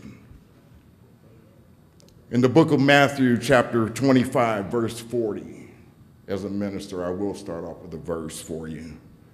Then shall he answer them, saying, Verily I say unto you, inasmuch as ye did unto the least of them, you did unto me. The least of them, I come to speak for the least of them. When I say the least of them, it just amazes me how you have gone to no limit to get to the least of them. We've gone past the board of directors, who is the group of people who I would be glad to have on my board at any time, and I have been on some boards.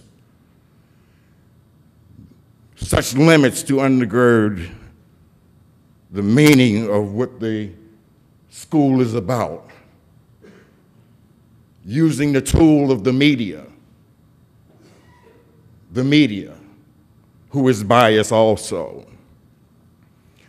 My degree is in communications, meaning that what I do, I investigate things in a scholarly fashion. So you can't just tell me anything, and I go for it. At this point, we are trying to clarify things as to what I should go for. And I haven't heard the right explanations yet. As far as what's going on at Erie Rise, what the purpose is, we're trying to keep this intelligent. But this seems to me to be some form of a hunt. I don't understand why we're challenging these young people who have intelligence. They've shown their intelligence. I have copies of their intelligence. They have outscored 5 of your elementary schools, 2 of your middle schools, but yet and still you want to downgrade them. It sounds to me, I think we may need to be looking at the Erie school system. While we're trying to close up, maybe we need to close more schools. But we should not mess with this school who is doing well right now. And whatever they're doing wrong, give them an opportunity to do it better. You would do it for anybody else. You've done it for yourself. I can tell you schools right in the Erie school system right now that we're talking about sending more children to, who in my opinion should be closing up. But that's my opinion. But as far as these children are concerned, leave them alone. I say that, in my opinion, in the opinion of Elder Tony Ratcliffe, renew. That's not hard to do. All you have to do is sign some papers. Take your personal feelings out of it and think more about the children. Thank you.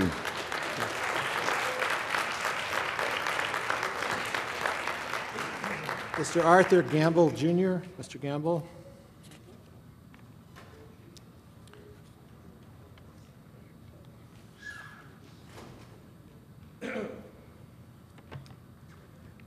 Excuse me. Good evening, everyone. Arthur Gamble, Jr., Erie residence, 2501 French Street, Erie, PA. Longtime advocate of the Erie in general and Erie School District in particular. Talk about 4 topics: innovation, opportunity, transformation, and pain. I'll touch the positive ones first because I try to be optimistic and positive. In addressing the school in particular, I came back to Erie, like I said, after about 20 years of being away, 15, 20 years of being away, and had an opportunity to invest. I'm personally making an investment at the prime time of my career, have elected to come back because I am one of these kids. The things that I've noticed is that you have a unique combination of circumstances. It's so enlightening to me to see what's going on at that school, from the diversity period to the diversity in thought opportunities that are available given everybody's collective strengths and skill sets. Again, we had spoken with, and Mr. Myers is a big advocate, even more so than me, of collaborating even with people that totally disagree with him. You know, you have somebody that came from your district and did some phenomenal things. Instead of celebrating that opportunity and the victory that you guys had achieved, it seems as though, and we'll use money, you know, and say that that's the issue, but instead of looking at that and saying this is a wonderful opportunity for all of us to work together and collaborate, learn best practices, share best practices, and help this place grow. When I came back to Erie, I had an opportunity to work at the Small Business Development Center at Gannon University, had a chance to teach for 6 years as an adjunct professor at Mercyhurst College. But you know, in addition to the things in California and finance and everything, this is probably the toughest job we've ever had and ever loved. You have some teachers here, and I'll say this, we don't always disagree. I mean, we don't always agree on everything, but the direction of the train is going the same way. You have people that have come together and they're doing some phenomenal things from the standpoint of innovation and education. You have people that attend several seminars and conferences, but then the thing that's more important, you have people that are using their collective perspectives to innovate and create things and develop practices that other corporations, other schools, and other people are interested in. What I think we fail to understand in Erie is that we have tremendous resources, we have tremendous capacity here. You guys look at Pittsburgh, Buffalo, Cleveland, and in many cases the Silicon Valley for expertise. Look in your own backyard.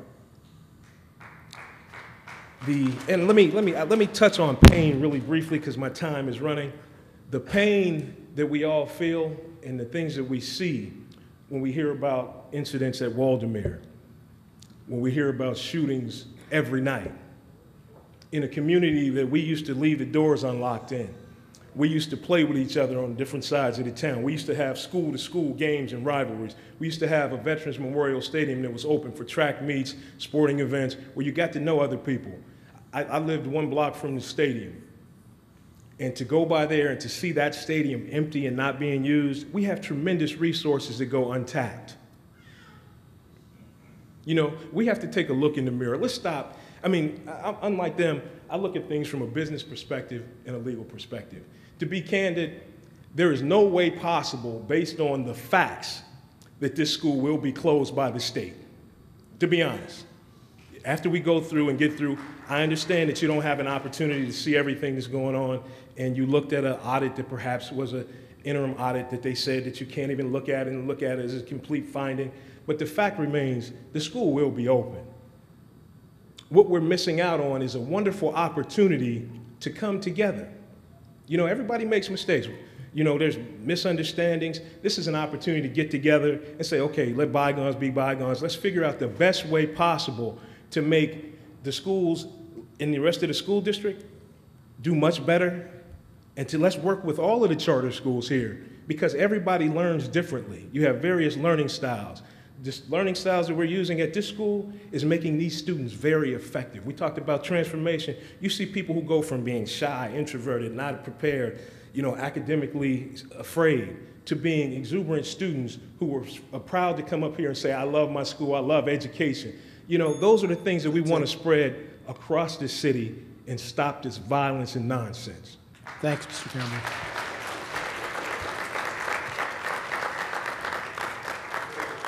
Next is Ms. Linda Holman of Erie. Ms. Holman.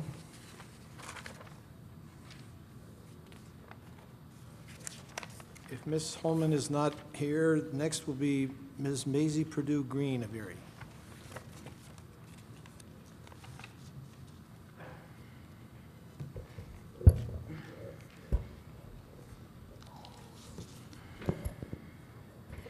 My name is Maisie Purdue Green, 1828 Woodlawn Avenue. Good evening, school board officials. I come to you with the sole interests of the children, which are a gift from Almighty God. We are to be mindful in the way we handle our children. If you will, indulge me for just a moment. The disciples in Matthew 18 asked Jesus, "Who is the greatest in the kingdom of heaven?" Jesus called a little child and had him stand among them, and he said, "I tell you the truth, unless you change and become like little children, you will never enter the kingdom of heaven. And whomever welcomes a little child like this in my name, welcome me." We must keep these children in mind when handling this matter. These children And I say these children, and I take it personal because I have been there, been invited to Erie Rise, and I've spoken to the youth. They're a group of young ladies. And I say it again, these children are eager to learn. They are humble. They are pure in heart, and they are willing to embrace what we show them. These children already deal with abandonment issues and disappointments in their own personal lives. Now, I know none of us isn't Jesus. I quite understand that.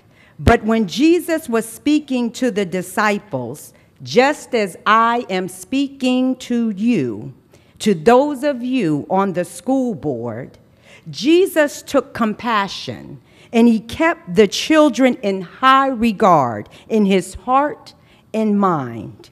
And he expects us to do the same. In Mark chapter 8, verse 36 through 37, he took a little child and had him stand among them. Taking him in his arms, he said to them, "Whoever welcomes one of these little children in my name welcomes me, and whoever welcomes me does not welcome me, but the one who sent me." Now, in this matter of accountability, is accountability warranted? There were mistakes that were made. I say yes, but not at the cost of the children. In Romans 3, first verse, it states, "Everyone must submit himself to the governing authorities, for there is no authority except that which God has established. The authorities that exist have been established by God." In verse 5, same chapter, it states, "Therefore it is necessary to submit not only because of possible punishment, but because of conscience."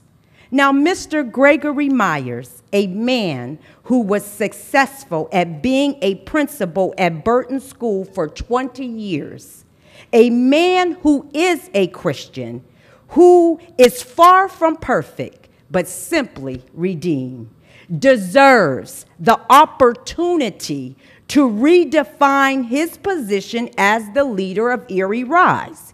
He must be given another chance to redeem what constitutes the benefit of having this charter school. I'm asking the school board, who are leaders themselves, who make decisions, and if you are honest with yourself, not all the time as a leader have you made all the right decisions or even done the right things. But please, let us not be hasty in the decision process. Keep in mind the children. In Philippians chapter 2, verse 3 through 4, do nothing out of selfish ambition or vain conceit, but in humility, consider others better than yourselves. In this case, the children. In this truth that was exposed against Erie Rise, 5 seconds. Let the school board show mercy towards the director and grace for the children. Thank you. Ms. Stephanie Darby Freeland of Erie.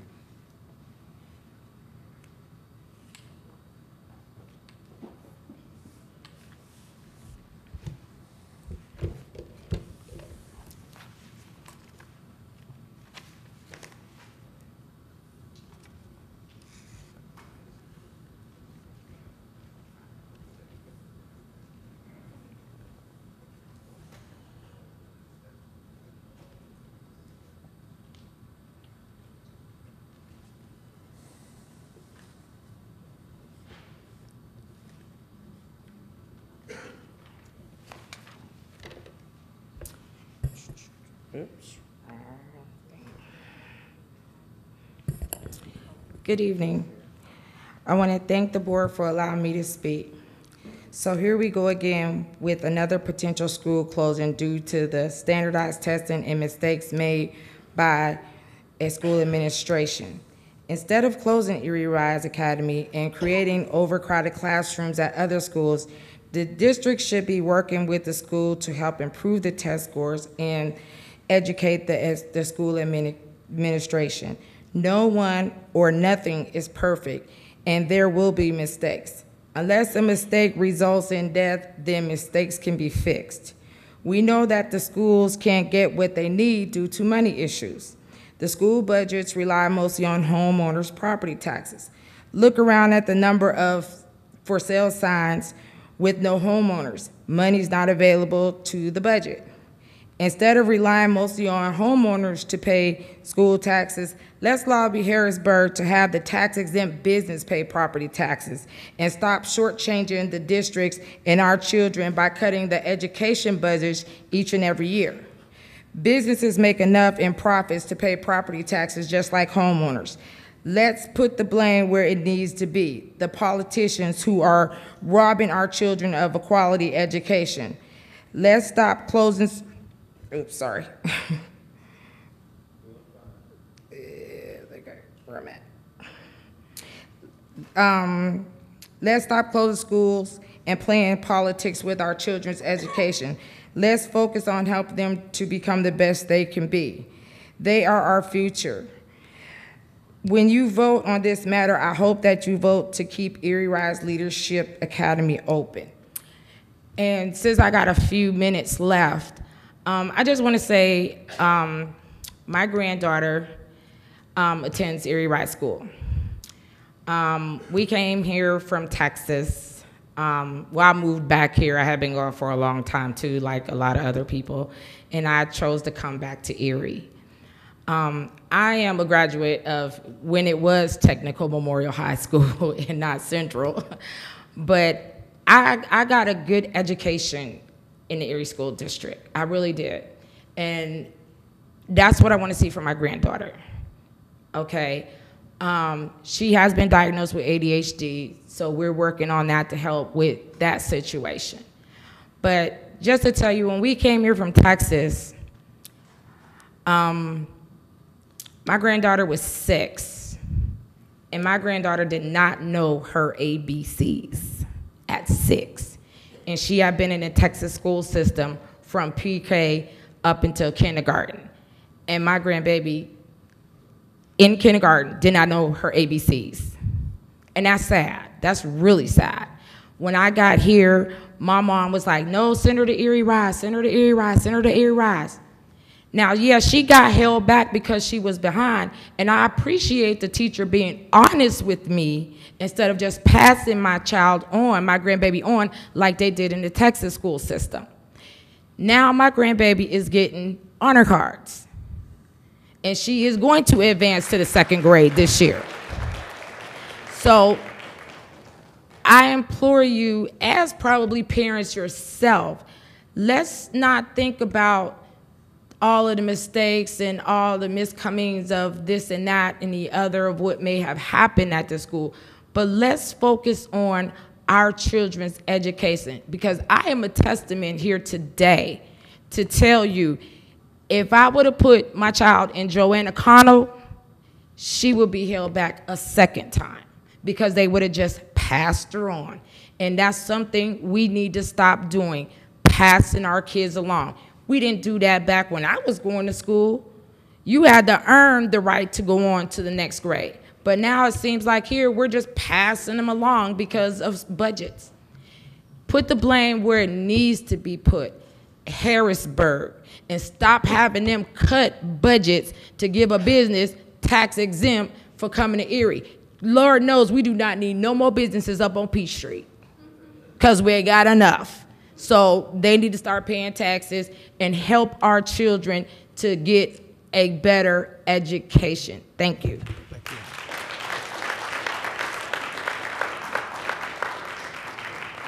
you. Ms. Jane Wagner.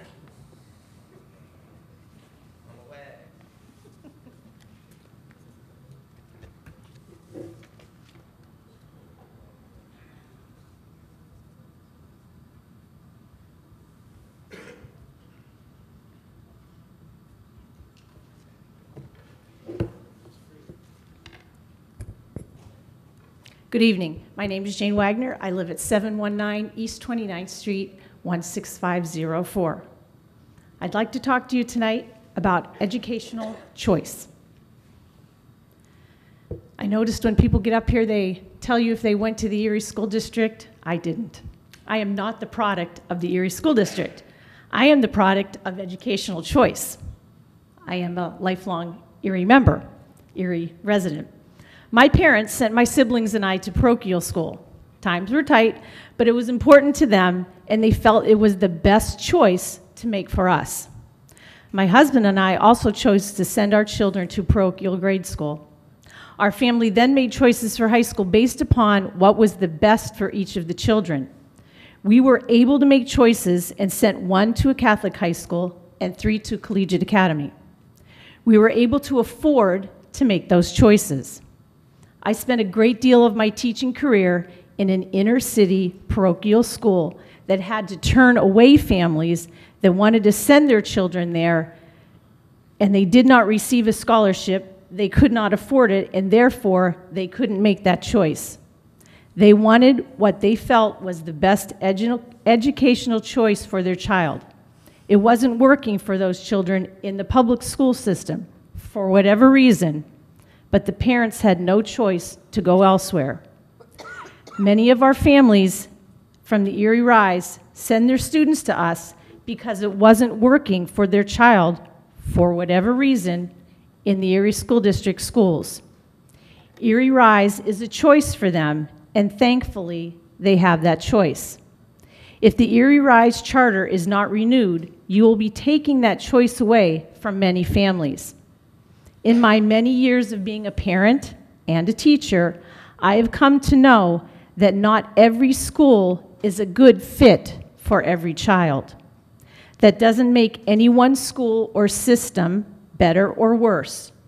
We should be concerned about keeping choice alive for families that want it. Education should be about the students and what is best for them. I am sure that some of you, Erie School District board members, have used your ability to choose when it comes to what school your child attends.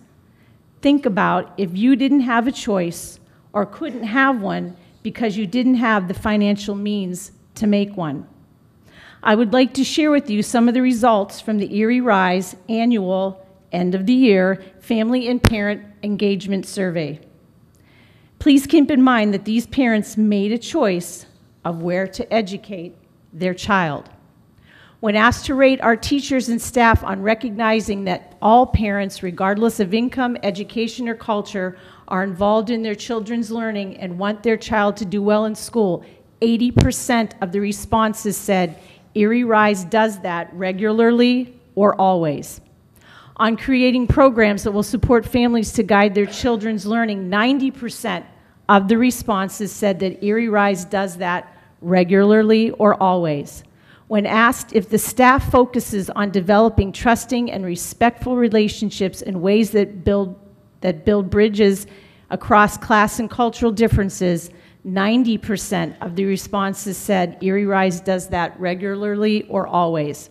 It's all about finding successful ways for students to learn and achieve. Parents are asked, what do you want for your child?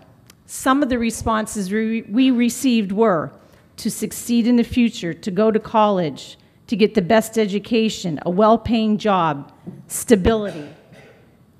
What can the Erie Rise do to help your child reach these goals? Some of the responses were, focus on him as an individual, the same thing you've been doing, keep her motivated and interested in learning, provide a safe and healthy learning environment. Parents are asked, what are you doing to help your child reach these goals? Working on academics, having a study time, having as much involvement as I can. And finally, what can we as Erie Rise do to help you be more involved in your child's learning? The responses were, keep her focused and motivated, keep putting education first as you do, keep communicating, keep doing what you're doing. Nothing, you're doing a good job. Please give our families the choices that they need in education so we can keep doing what we're doing, a good job. Thank you. Thank you.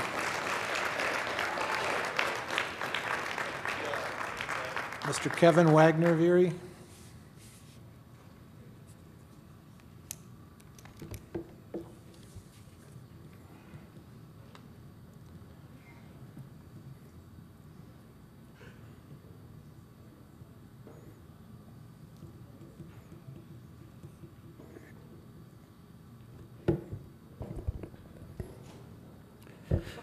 Kevin Wagner, 719 East 29th Street, Erie, PA, 16504-1210. I never knew what the 1210 was until I was at the Erie Rise with the kids. They told me that's your voting district. I never knew that. So, thank to one of the older kids at the Erie Rise. Secondly, I'd like to thank the board for putting me number 18 and my wife 17. It'll be the last time I get the last word in for a long time. I could speak my 5 minutes, but on review of the tape, I'd be accused of plagiarism, of plagiarizing much of what was said before me. So I'm just going to tell a short story. I'm a simple man. It'll be a simple story. It goes back to 1986. I was in the military at the time, and to all those in the room who have served in the military, thank you for your service. We were on a winter exercise on a mountain. It was a very cold day, and we were almost through with the day, and a female soldier went down. She had a heat stroke. Day was getting very bad. It was getting dark. It was blustery. Snow was falling. I was the head of that company at that time. I called for medical evac. I was refused medical evac for that soldier because of the conditions. We were told just to make comfortable. They evac as soon as they could in the morning, to use our field medic, which we did. I was told to stay on the mountain. I answered, yes, sir. Got off the radio. Looked at another soldier and said, let's go, we're carrying her down ourselves. We carried her down the mountain.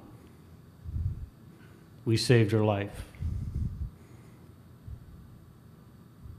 Got back up on the mountain the next day, finished our exercises. 2 days later, came in from the field. Got called into the battalion commander's office. I was brought up on charges of disobeying a direct order. They asked me what I had to say for myself. I said, my actions speak for themselves. I carried, with another soldier, that soldier down the mountain. Who in this room would not have carried that soldier down the mountain? Who in this room, I ask you? Mr. Myers does the same thing every day. Every day, he carries somebody down the mountain. All decisions aren't black and white. They're not yes or no. Your attorney, last time, Attorney Sinnott, he did a wonderful hour and however many minutes of presenting black and white yes and no. Outstanding job.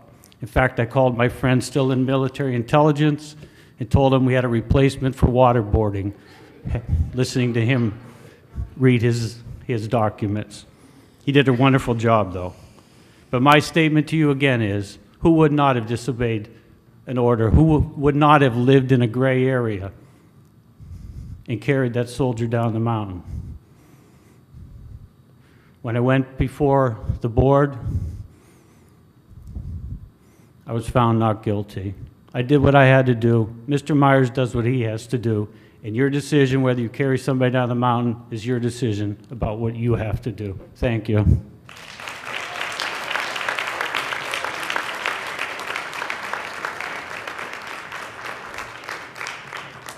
We're at the point where any other citizen who wishes to speak, any other citizen of the city who wants to come forward, will have 3 minutes, and please state your name and print your name and address on the tablet.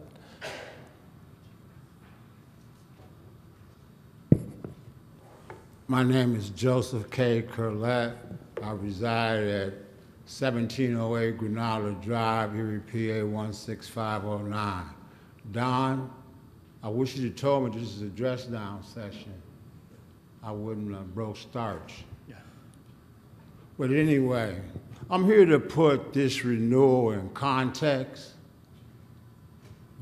because this community charter school, which is the legislation, not just charter school, it's community charter school. This was an Erie initiative by Governor Tom Ridge from Erie. Now all of us, the Erie delegation, every last one of them supported community charter schools across the state. Now all of a sudden, we're going to kill it in Erie? Why? Why?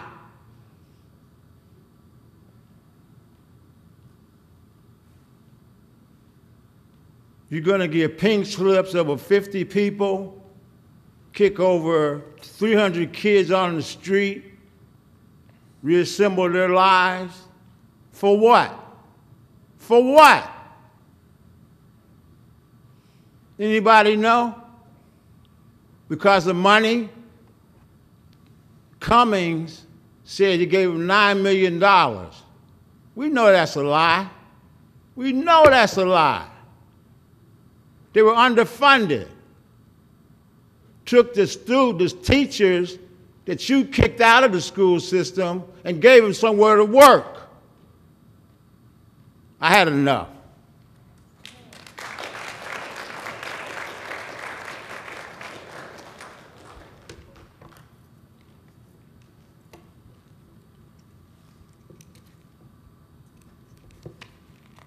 Sorry.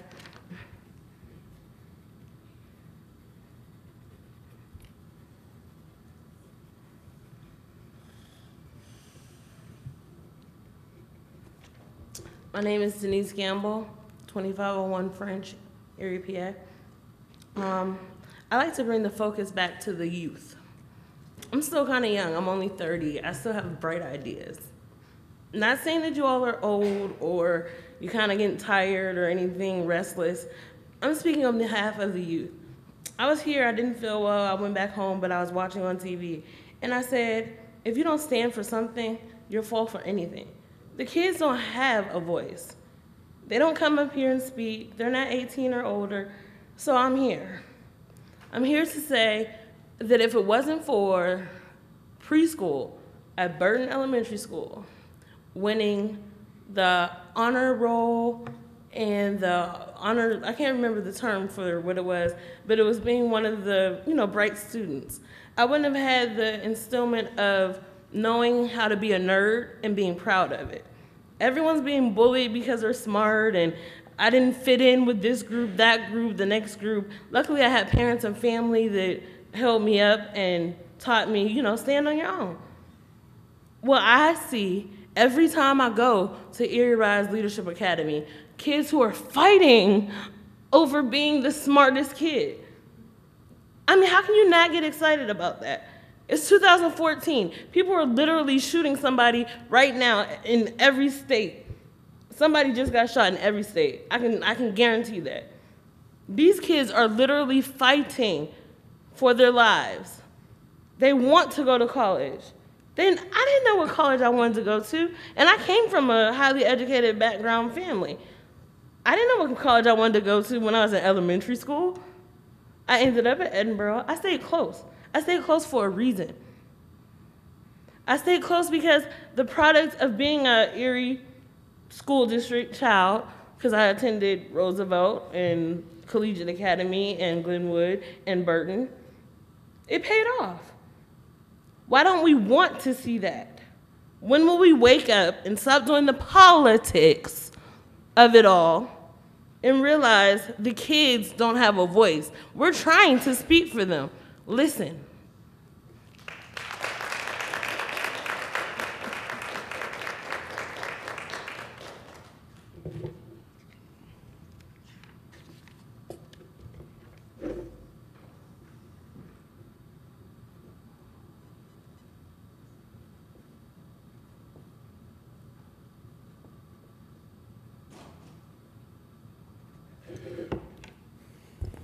Good evening. My name is Wayne Patterson, 2319 Liberty Street, Erie, Pennsylvania, 16502. I am a proud graduate of Erie Public Schools. And just reflecting on some of that, my 9th grade English teacher taught me a phrase that stuck with me. It's called lazy smart. That was 30 years ago. And that has stuck with me for the past 30 years. I've taught that saying to the students I worked with. I've taught that saying to my children.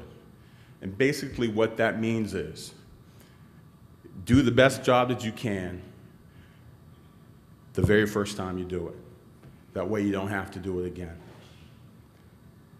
I'm a new board member of the RISE Leadership Academy Charter School.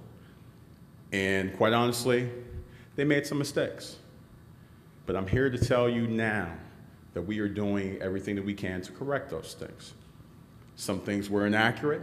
Actually, a lot of things were inaccurate.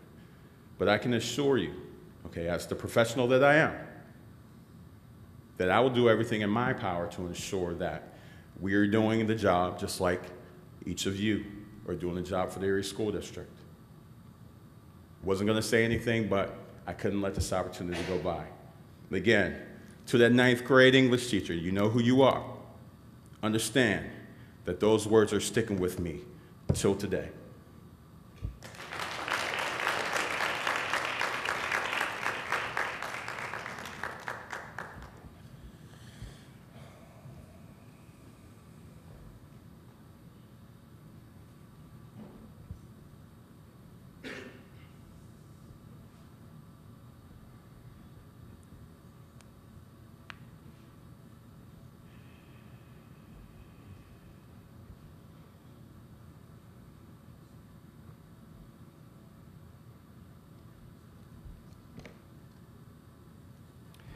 Good evening, Superintendent Adams, President Harkins, Erie School Board, former teacher, Mr. Brzezinski.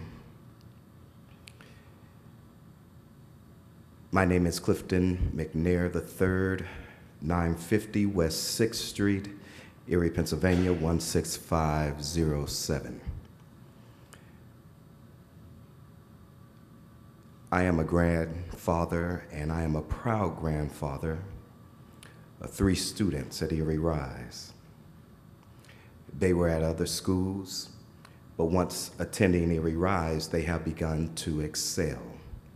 I am very proud of them. As I toured the school and I went into school, what I saw was classrooms that were very different than other schools I had been in. Chartered and Erie School District schools as well. There was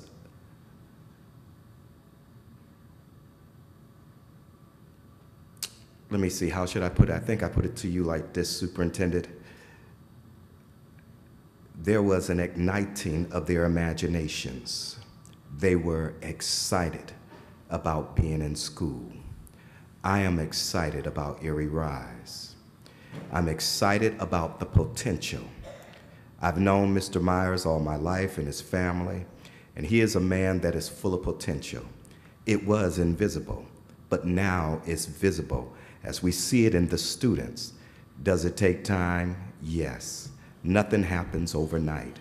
But there's one thing I believe that I can guarantee you as I stand up here this evening, is that if you allow Mr. Myers and his staff to go forward, you will see many bright young men and women begin to soar to heights in which they nor their families ever dreamed of, because that potential is inside of them, and he is teaching them how to understand it and how to release it, even as someone taught you.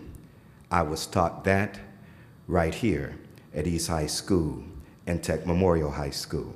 I was taught that I had the ability to be able to communicate and talk in such a manner that I could manipulate the minds of others and get them to believe in what I had to say. And so I say to you, if I could learn it, what I see at Erie Rise Academy is the opportunity to take it to the next limit. And that's the only way we can do it. Thank you very much.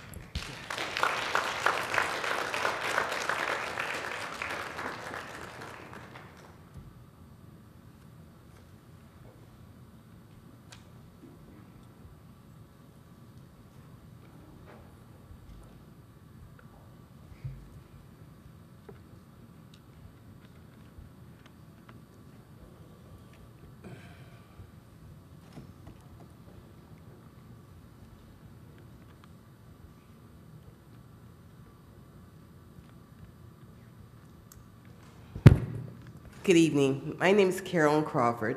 My address is 9 Ridgewood Drive, McCain, Pennsylvania. I have 2 granddaughters that comes to Erie Rise. One wanted to speak tonight, but she fell asleep, so we took her home. So I'm gonna speak for her. She loves coming to Erie Rise, both of them do, and she can't wait to get up in the morning to get ready for school. She say, "Ninny, is it time to go to school yet? Ninny, is it time to go to school yet?" On the way to school, she said, "Ninny, is it time to go to school?"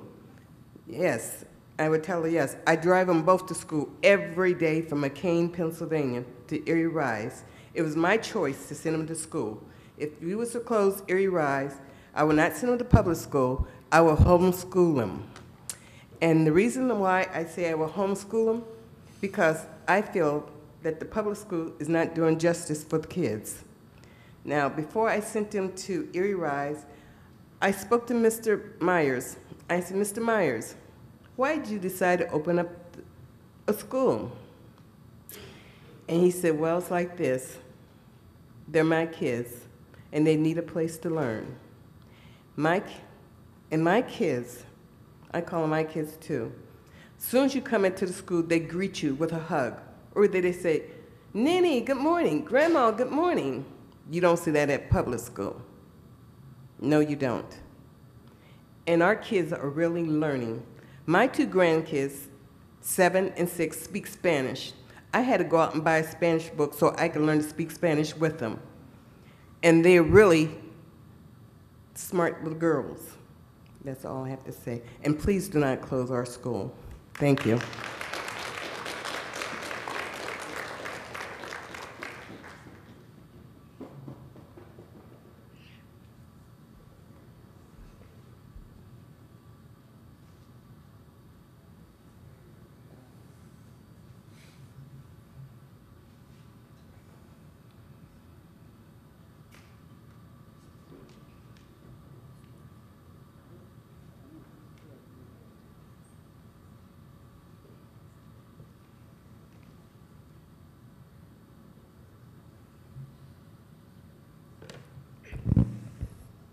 Hello, hi.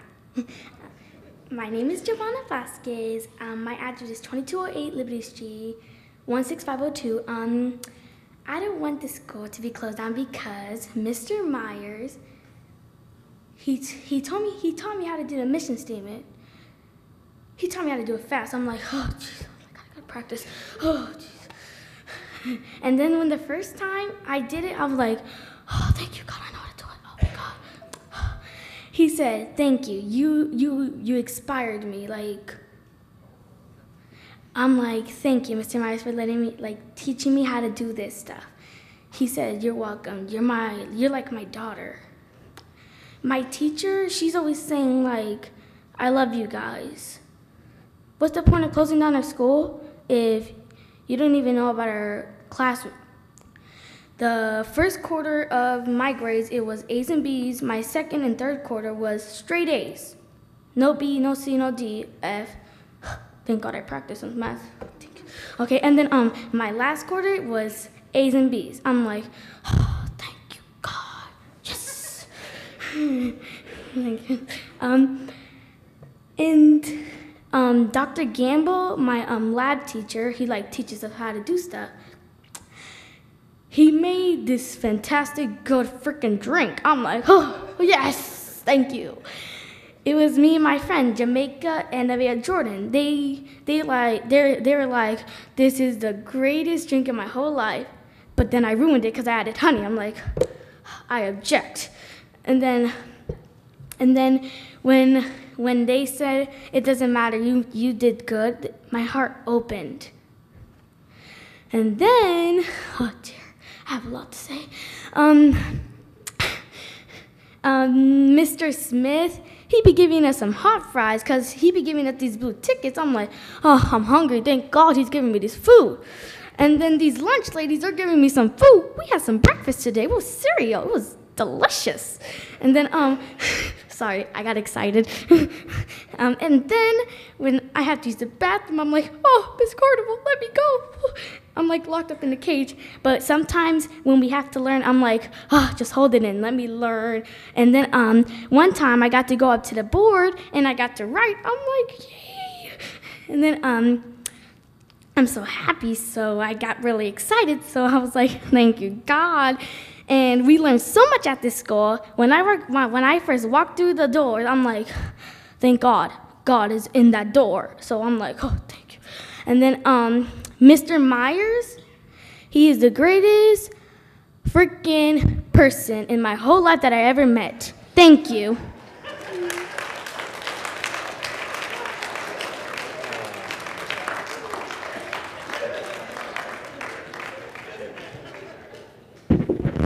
Good evening. My name is Diane Dabney. I live at 1822 West 24th Street, and I have served at Erie Rise Leadership Academy Charter School in 2 positions. One is the administrative assistant to the CEO, Mr. Gregory Myers, who is also a very close relative of mine. We share a bloodline. His father and my mother are brother and sister. But I need to tell you something about Mr. Myers. All through his life, because I've known him from this age, he's always been a go-getter. So I need to tell you all something. If you think you're going to shut him down, it's not going to happen. Mr. Myers, he has tenacity that I have never seen in any other person in my life. In fact, we had a conversation, and I told him, because I'm planning to go down to Miami, Florida, I told him, I said, hey, Mr. Myers, I always call him Mr. Myers because, you know, he deserves that. You know, that respect. I said, you know, Pitbull is having a performance school, charter school. And I said, why don't you come on down there with him? I know he'd be happy to have you. You know what he told me? He said, you keep forgetting about the kids. Mr. Myers has a passion.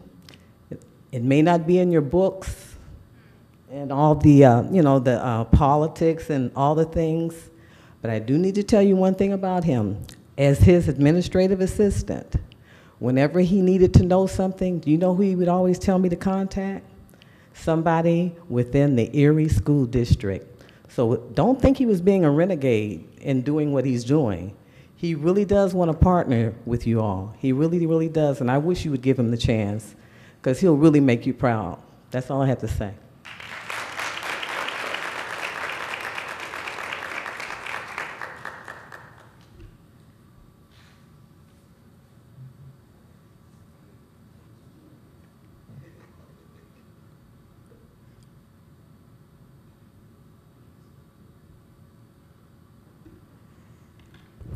Hi, my name is Kiara Lentz. I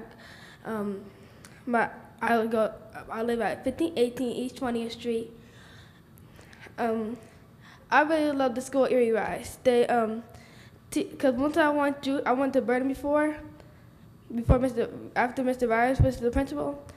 When I first went to Erie Rise, I loved all the things that they did there. They had when we learned, we like wrote on the boards and did everything like that. But as I kept on going to like 3rd, 4th, and then getting higher, I felt like that they were teaching me to be a better person, being more intelligent. This school was the best school I've been to.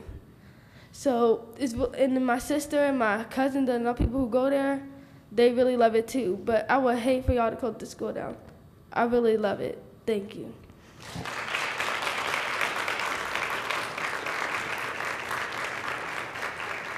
Are there any other citizens that wish to speak this evening?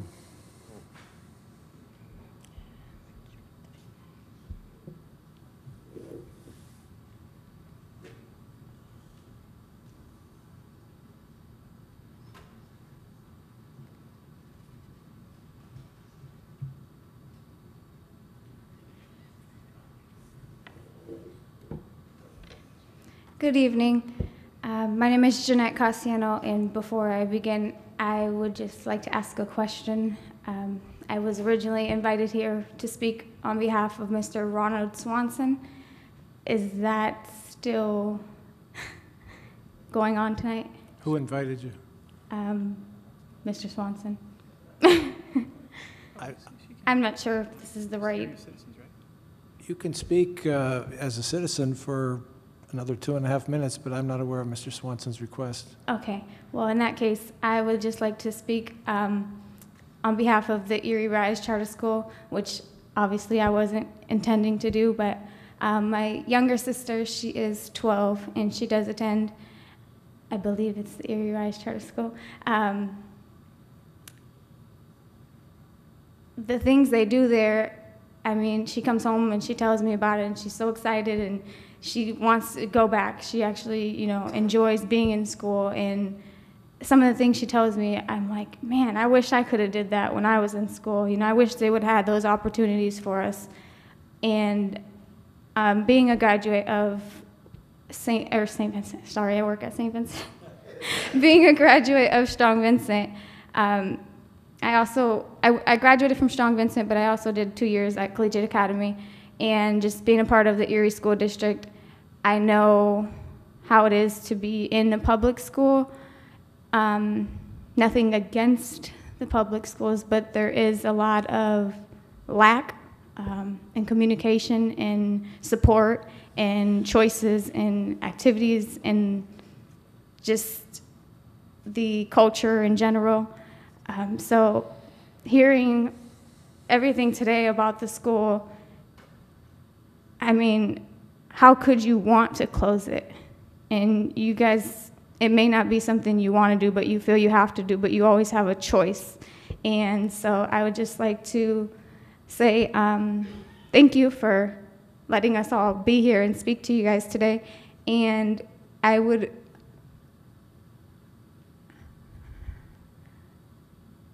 really insist that you think about what you're doing, not just as a decision for today or, you know, a yes or no thing, but think about how it's impacting the rest of us in our city. And it's not just us, because what's impacting us is also impacting you. So you may think it's, you know, just a simple yes or no, or it's easy to do, but down the road, it will come back to you. And so I just implore you to really think about the decision you're making and to do what you feel in your heart is best. Thank you.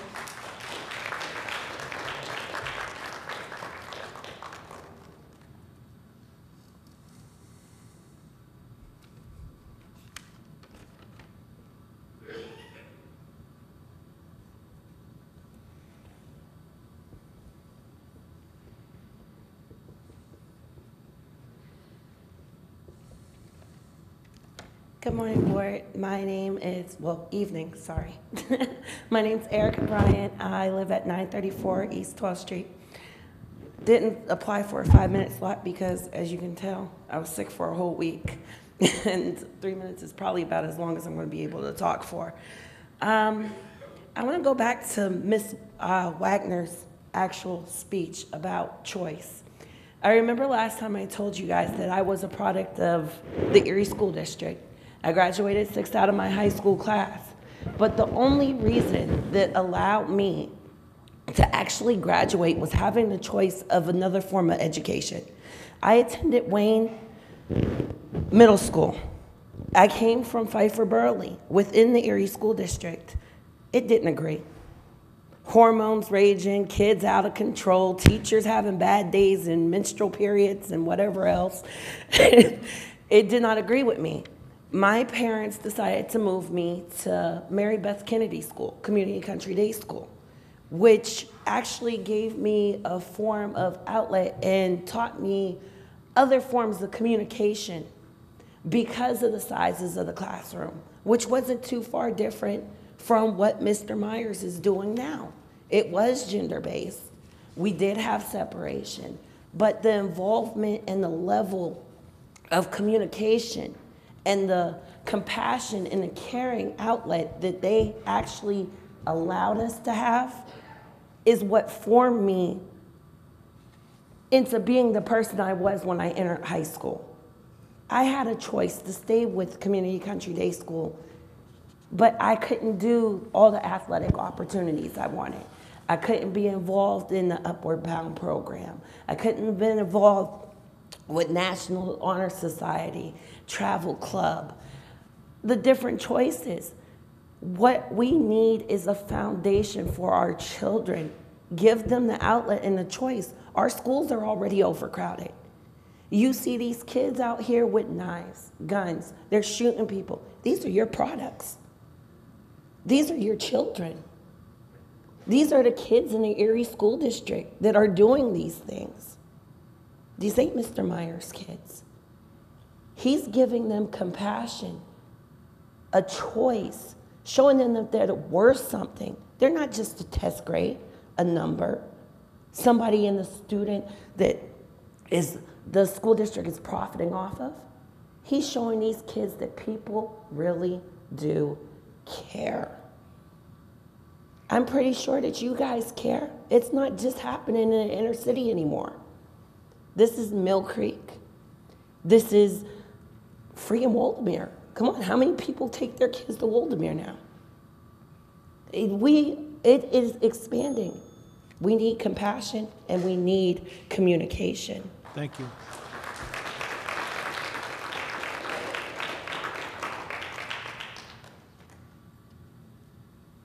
We are not going to make any decision relative to the Erie Rise Charter School this evening or in the very near future. We're in the midst of a process that includes a 30-day period of gathering information, and we still continue to invite and encourage anyone who wishes to submit to us through our board secretary's office their feelings and opinions and any pertinent facts relating to the Erie Rise Charter School. There's a process going on. We're at that phase of the process. There's at least 9 days to go in that, and that doesn't mean in 9 days we'll make a decision either. We're going to gather the information, process it, and treat it very responsibly and respectfully. And so we're not going to rush to a judgment. And as the superintendent said, in reality, nothing sudden is going to happen. Sir? My name's Aubrey Favors. I live at 5822 Southland Drive here in Erie. I, too, am a product of the Erie School District. I don't have anything bad to say about the district. I actually think the district has done me pretty well. They invested in me as a young man, helped me to get 3 degrees when I honestly was not very ambitious about getting an education when I was coming up. But one of the things I did find when I was at McKinley and when I was at Tech, there were teachers there who were concerned about me and wanted to make sure I got a good education, even when I wasn't too concerned about that process. I am the HR manager at Erie Rise School. One of the reasons I went there, because I'm sure I heard a lot of the same things that many of you have heard, and it's the reason why you're looking at this school. I heard Superintendent Badams say at the last meeting that I was here that he had heard things from the school and from other people who had been connected with the school. I heard many of those things when I came there, but I want you to understand why I went to Erie Rise anyway and why I'm there. I'd worked in industry for a number of years, in fact, perhaps most of my adult life. But I went there because I tend to deal in fact. I heard a lot of bad things about the school. I heard a lot of bad things about Mr. Myers. But the fact of the matter is, I'm a minister. I've been in this town as a minister for about 37 years. And one of the things I noticed about Greg Myers was I had kids in my church who couldn't read, who couldn't write, that when he went over to Burton, all of a sudden started learning how to read, started to learn how to write. And I heard nothing but good things about him. I had a lot of students who came through my church, and eventually I saw go through East High School and go on to get an education similar to the way I did, who benefited from this man's thirst, this man's desire to help educate inner city kids. I went to Erie Rise, I saw the exact same thing. Granted, there weren't a lot of business professionals when I got there, and he's still in the process of bringing that to this school. But the educational drive is there. There are professionals coming into this school like myself And like Mr. Patterson, who spoke earlier, who's on the board, who's I think he's the assistant HR manager at Edinburgh University. 5 seconds. We're Sir. working with this school. I ask you to consider the facts as well as those who are speaking against this school, and I think you'll see the facts paint a different picture. Thank you.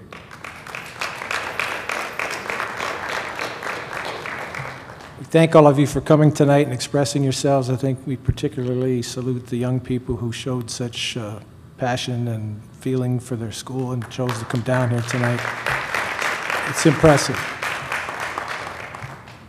We're now at the point of our meeting where we go to our reports of committees and liaisons. Are there any board members who have a committee or liaison report this evening? If not, there's no unfinished business. We'll move to the part of the meeting where we'll deal with the new business of the school district. I would ask for an all-inclusive motion to approve the new business of the school district and the vocational school new business together. Moved by Mr. Petrunger. Is there a second? Are there any separations? Any discussion of any item included in those? Mr. Brzezinski? I'd like to take 1 second to just mention that we are losing one great little principal in Leslie Hutchison. Her resignation was put in this week, and she's going the way of our superintendent and our assistant superintendent. She's going to go to Wattsburg, to Seneca. I've always been proud of her. She's been my little girl for a long, long time, and we're going to miss her. I wish her the best, and I'm sure we'll carry on. That's all I had. Thank you. Any other discussion of any item in the new business or the vocational new business? Mr. President, Mr. Spiegel? I'm not sure if this is the appropriate time, but Mr. Brzezinski and I attended the Vietnam War Memorial dedication ceremony the other day. It is on the Erie School District property. It was a very impressive memorial. It is, and a very impressive dedication they did. I know it took a number of years and a lot of commitment to make it happen, so I'm very appreciative of that. And I just want to say thank you to the school district for allowing that to be built on the school district property. And I'd like to think that in the future, there's talk of a Iraqi-Afghanistan Operation Enduring Freedom Memorial. Perhaps we can discuss at a future time of a memorial also being built on the same property. Okay. But back to the new business in the school district. Are there any items that anyone wishes to discuss or comment on? Roll call. Mr. Harkins, could you please tell me who made the motion and who Mr. seconded? Mr. Petrunger made the motion. I'm not sure. I did. Mr. Casillo seconded. Thank you. So roll call when you're ready, Robin. Mr. Fabrizi? Yes. Mrs. McNair? Mr. Petrunger? Yes. Ms. Shenley? Mr. Spiegel? Yes. Mrs. Alexandrovich? Mr. Brzezinski? Yes. Mr. Casillo? Yes. Mr. Harkins? Yes. We have minutes to consider for approval from the April 9th of 2014 that are attached to the agenda electronically. May we have a motion to approve those minutes? So moved. Moved by Mr. Casillo. Is there a second? Second. Seconded by Mr. Spiegel. Any discussion? All those in favor signify by saying aye. Aye. Those opposed, motion carried. The bills and payrolls are before you for the period of April 1st through the 25th. May we have and the schedule for May. May we have a motion to approve them for payment? Moved by Mr. Petrunger. Is there a second? Second. Seconded by Mr. Casillo. Any discussion? Roll call. Mr. Fabrizi? Yes. Mrs. McNair? Mr. Petrunger? Yes. Ms. Shenley? Mr. Spiegel? Yes. Mrs. Alexandrovich? Mr. Brzezinski? Yes. Mr. Casillo? Yes. Mr. Harkins? Yes. We've already had the report of the superintendent. Unless he has anything he wants to chime in with at the moment, we'll move to the report of the secretary. May we have a motion to approve the report of the secretary for the month ending March 31st of this year? I move that we accept the report of the secretary. Moved by Mr. Casillo, seconded by Mr. Mr. Brzezinski. Discussion? Roll call. Mr. Fabrizi? Yes. Mrs. McNair? Mr. Petrunger? Yes. Ms. Shenley? Mr. Spiegel? Yes. Mrs. Alexandrovich? Mr. Brzezinski? Yes. Mr. Cassillo? Yes. Mr. Harkins? Yes. We have some bids to consider for award this evening at Central High School and the Collegiate Academy. Do we have a motion to consider them for approval and award this evening?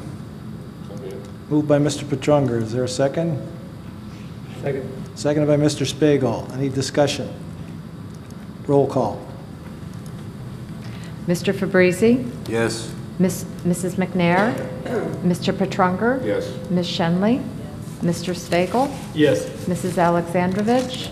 Mr. Brzezinski? Yes. Mr. Cassillo? Yes. Mr. Harkins? Yes. Now we're at the point of the meeting where we have any other board matter for discussion. And in that, we have a motion for reconsideration of a motion that was made and approved at the last meeting, the April 9th, 2014 regular school board meeting regarding Kelly Services staffing for substitute teacher positions from July 1, 2014 through June 31, 2015. This is brought to us for reconsideration by Angela McNair, which is her prerogative to do under our rules, since she voted in favor of it a month ago and has brought it to us for reconsideration. So the motion is there. Is there a second to reconsider that motion? Second. So it'll be on record as moved by Ms. McNair and seconded by Mr. Cassillo. Any discussion? Mr. President? Mr. Cassillo? Oh, I'm sorry, Robbie, my ears aren't working, I'm sorry. Robbie Fabrizi. I feel that I've been a little bit caught by surprise that this was only put on the agenda this morning, and I feel that further discussion could be taken if, so I'm making a motion to table this at this time. Is there a second to the motion to table? Second. It's seconded by Ms. Shenley, moved by Mr. Fabrizi, seconded by Ms. Shenley. No debate on the motion to table. Correct. So let's have a roll call so there's no misunderstanding of who votes how. Roll call to vote yes to table, no to consider. Mr. Fabrizi? Yes. Mrs. McNair? No. No, you're the one that couldn't proposes, right? Mr. Petrunger? Yes. Ms. Shenley? Ms. Shenley, no? You don't want to table? We're voting to yes to table, correct? That's a no, Yes, that was a no proceed. vote. Okay. Sorry. Mr. Spiegel? No.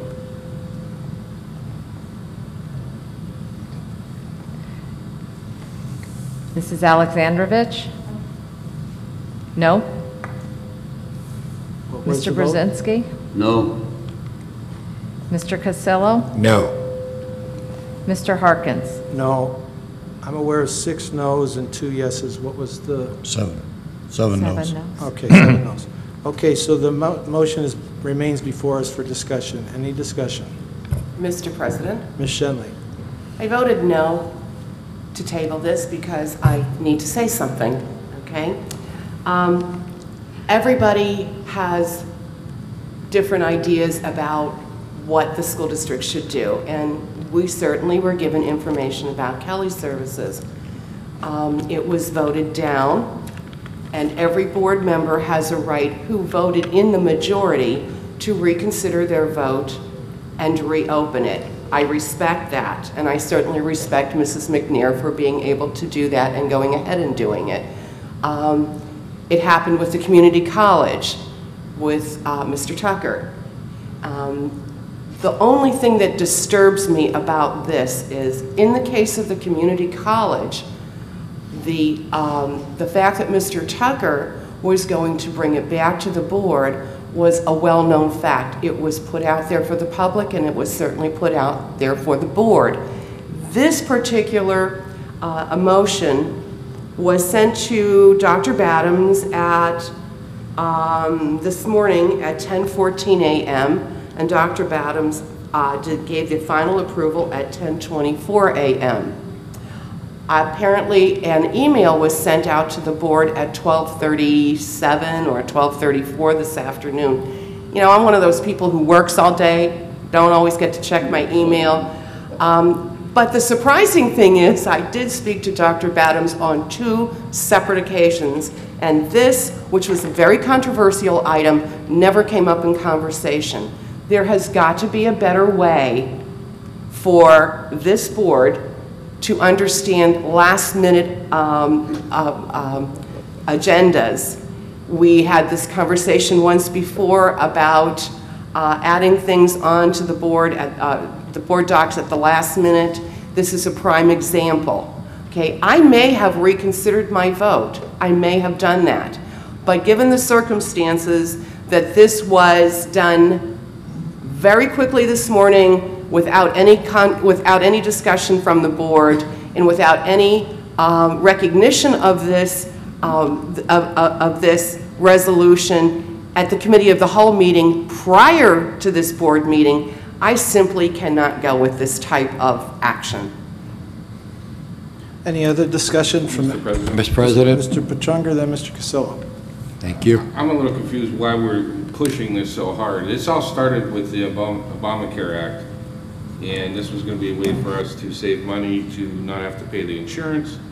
Once that got pushed back a year, then it came down to it was the teacher substitute ratio that we'd be able to fill it better when if we know the true facts, that was an internal problem from the person who was in the position, wasn't doing their job. That's how the teacher ratio went down. Then it came down, it was gonna save us $200,000, and then I got a letter the other day saying it's gonna be 150, 160. I still don't know the true amount of what this will be saving us. I just don't understand the big push on it. Thank you. Mr. Castillo? Thank you. From what I gather, the motion that was rejected at the last meeting could only be brought up the month following the rejected proposal.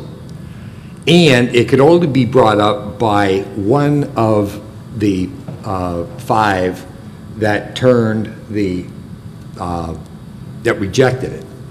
So one of the persons that voted no, Angela, needed to put this on the agenda for tonight's meeting. If it didn't occur tonight, it wouldn't be able to be brought up for another 6 months.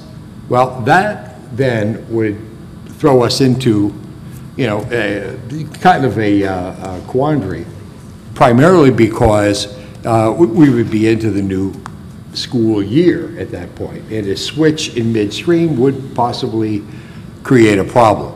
So that's why, and I salute Angela for, you know, looking at all the facts, discussing the information in depth, and making a decision to do what she did. Insofar as the monies that we save, whether it's $5,000, $10,000, $100,000, or $200,000, we're in a position right now where we need to look at every avenue we can to save money. If this saves us $200,000, absolutely terrific. If it saves us $150,000, still absolutely terrific. We have to try to balance this budget. And we need to do it in as economical a manner as we can. And, you know, $150,000 saves 3-4 teachers from being cut from our budget to balance it.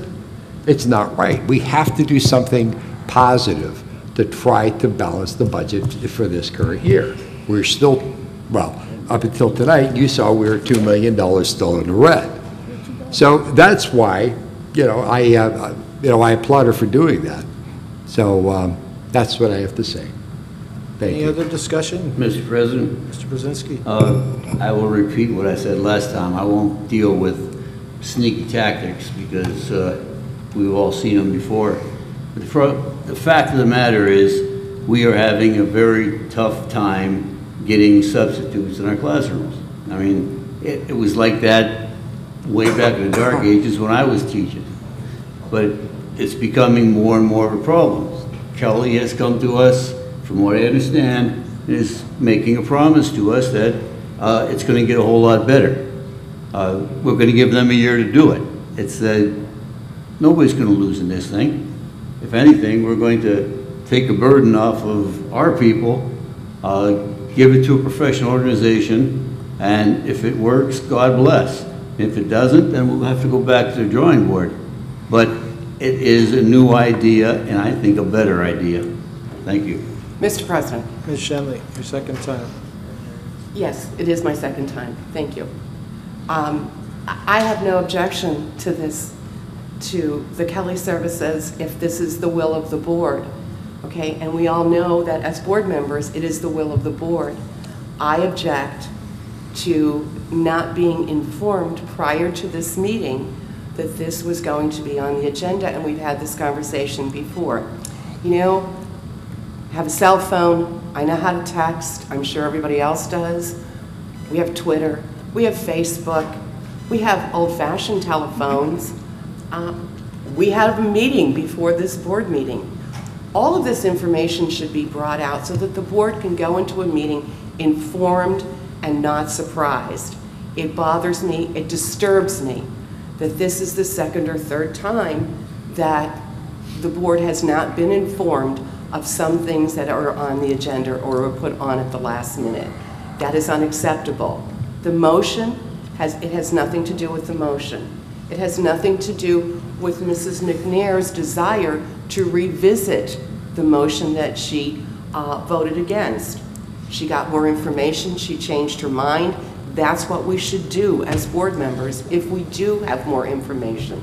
It is the inability of the administration to be straightforward about what we're doing. Thank you. Any other discussion? Mr. President? Oh, go Mr. ahead. Fabrizi? Well, I'm second time. Let him go first. Okay. I just have one general comment that after the last board meeting, I was approached by a number of teachers, administrators, just in passing, and all of them were surprised that Kelly Services did not pass, because it was in their collective opinions that it would be in the best interest of their own classrooms and in their own schools.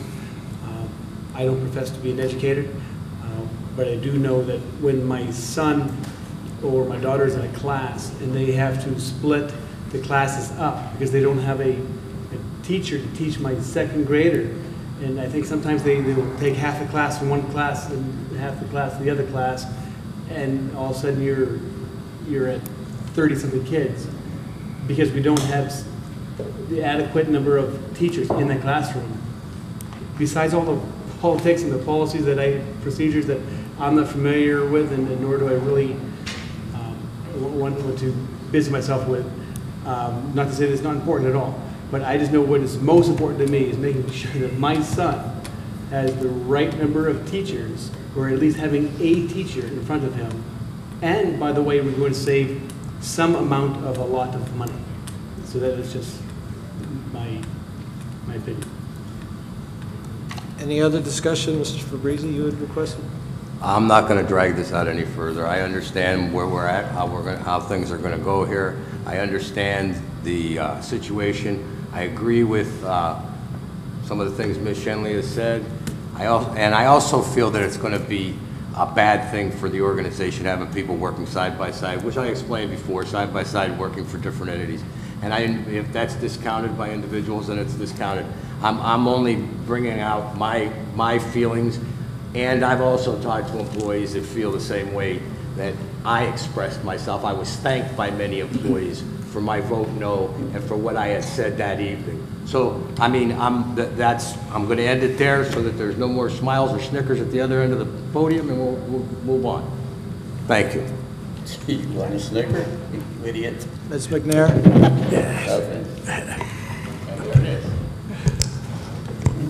Well, I'm the one who made the motion, so I guess I should speak on my own behalf. I did last time vote it down, but after voting it down, I did mention to several people that same night that I needed more information. which I decided to get, reached out to B and received some information from her. And then also with being someone who visits schools, just seeing how several times since that meeting, there were no substitutes available in classrooms, and classrooms were overfilled with students because there was no one there. There was no teacher for them. Just made me feel like I needed to revisit this. And like I said, I got more information.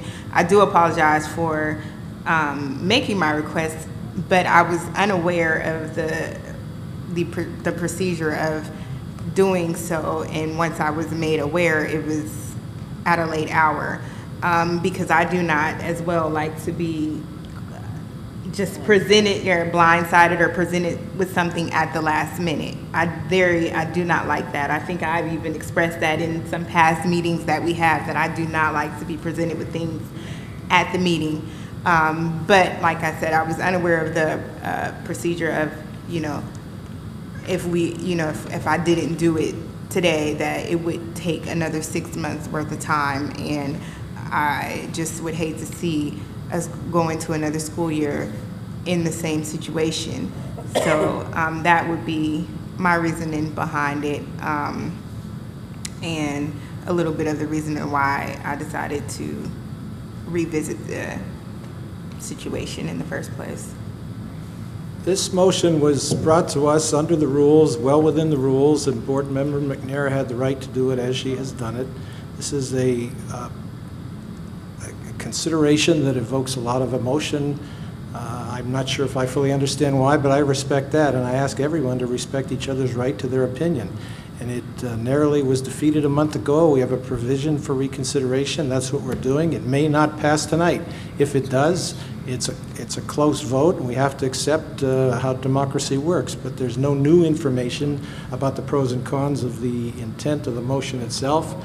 And in defense of the superintendent, I'm not aware that he knows up until the last minute of a board meeting what he himself is going to bring to us. So I don't know that he purposely withheld anything. I'm not aware that he did. I don't believe that he did. I'll ask him if he chooses to comment. But Ms. McNair exercised her right under the rules, and that's where we are. And I would ask everyone to just respect each other's opinion, right to an opinion, however this is resolved.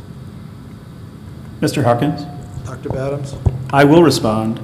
I guess at the last meeting, I was told that we didn't provide enough information or give the board enough time to consider the resolution that we had.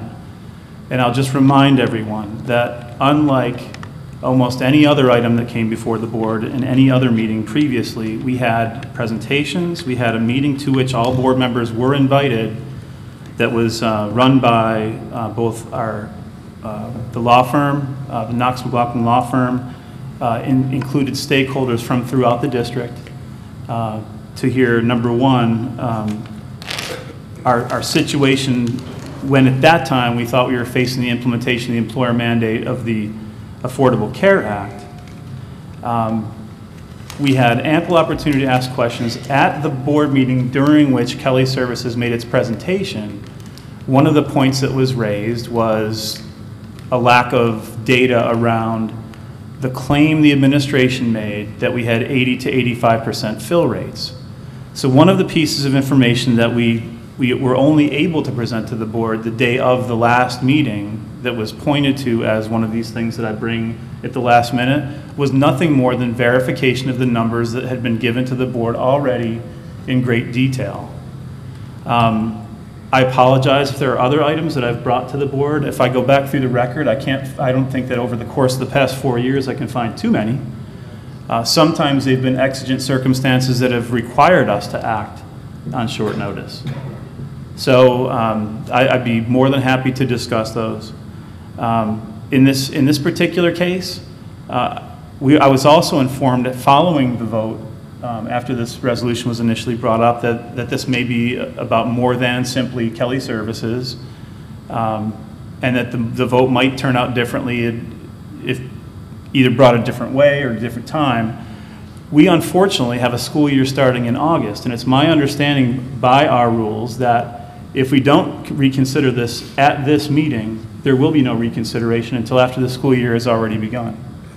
I also pointed out to the board at the last meeting that because the proposal from Kelly Services is for 1 year, that all of the supposition about whether or not they're being truthful about their ability to provide greater fill rates, all the estimates that we're doing about the cost or the relative savings to the district can be validated and verified, and we can debate it then, and if again, it doesn't work out and proves not to be true, we can make a change. And if it does prove to be a savings to the district and an increase in the quality of service, and some of the concerns we have are proven not to occur, well, then we will have made a good decision. But if we don't do it, based on what we think might happen, rather than actually giving it a try, like several of our other neighboring districts and districts throughout the country have done, we'll never know. And so I just think in terms of trying to make good decisions that are helping us to save money, to deploy those resources where they're more badly needed, it warrants us giving this a look. To clarify our rule that we're discussing and operating under, we allow a board member to reconsider a decision they make. If they vote on the prevailing side, they can change their mind within that same meeting on any particular issue voted on where they prevailed, or the next meeting. No more than that. So that we're at the next meeting, that's how it's here, and that's where we are. Any other discussion? Roll call. Mr. Fabrizi? No. Mrs. McNair? Mr. Petrunger? No. Ms. Shenley? No. Mr. Spiegel? Yes. Mrs. Alexandrovich? Mr. Brzezinski? Yes. Mr. Cassillo? Yes. Mr. Harkins? Yes. Motion carries. Yes. It cannot be dealt with for another 3 months. That's the end of the rule. Any other item which any other board member which wish to bring before us this evening for discussion or consideration? May we have a motion to adjourn? Moved by Mr. Petrunger. Is there a second? Second by Mr. Cassillo. All those in favor? Aye. Those opposed? Meeting adjourned. Thank you, everyone.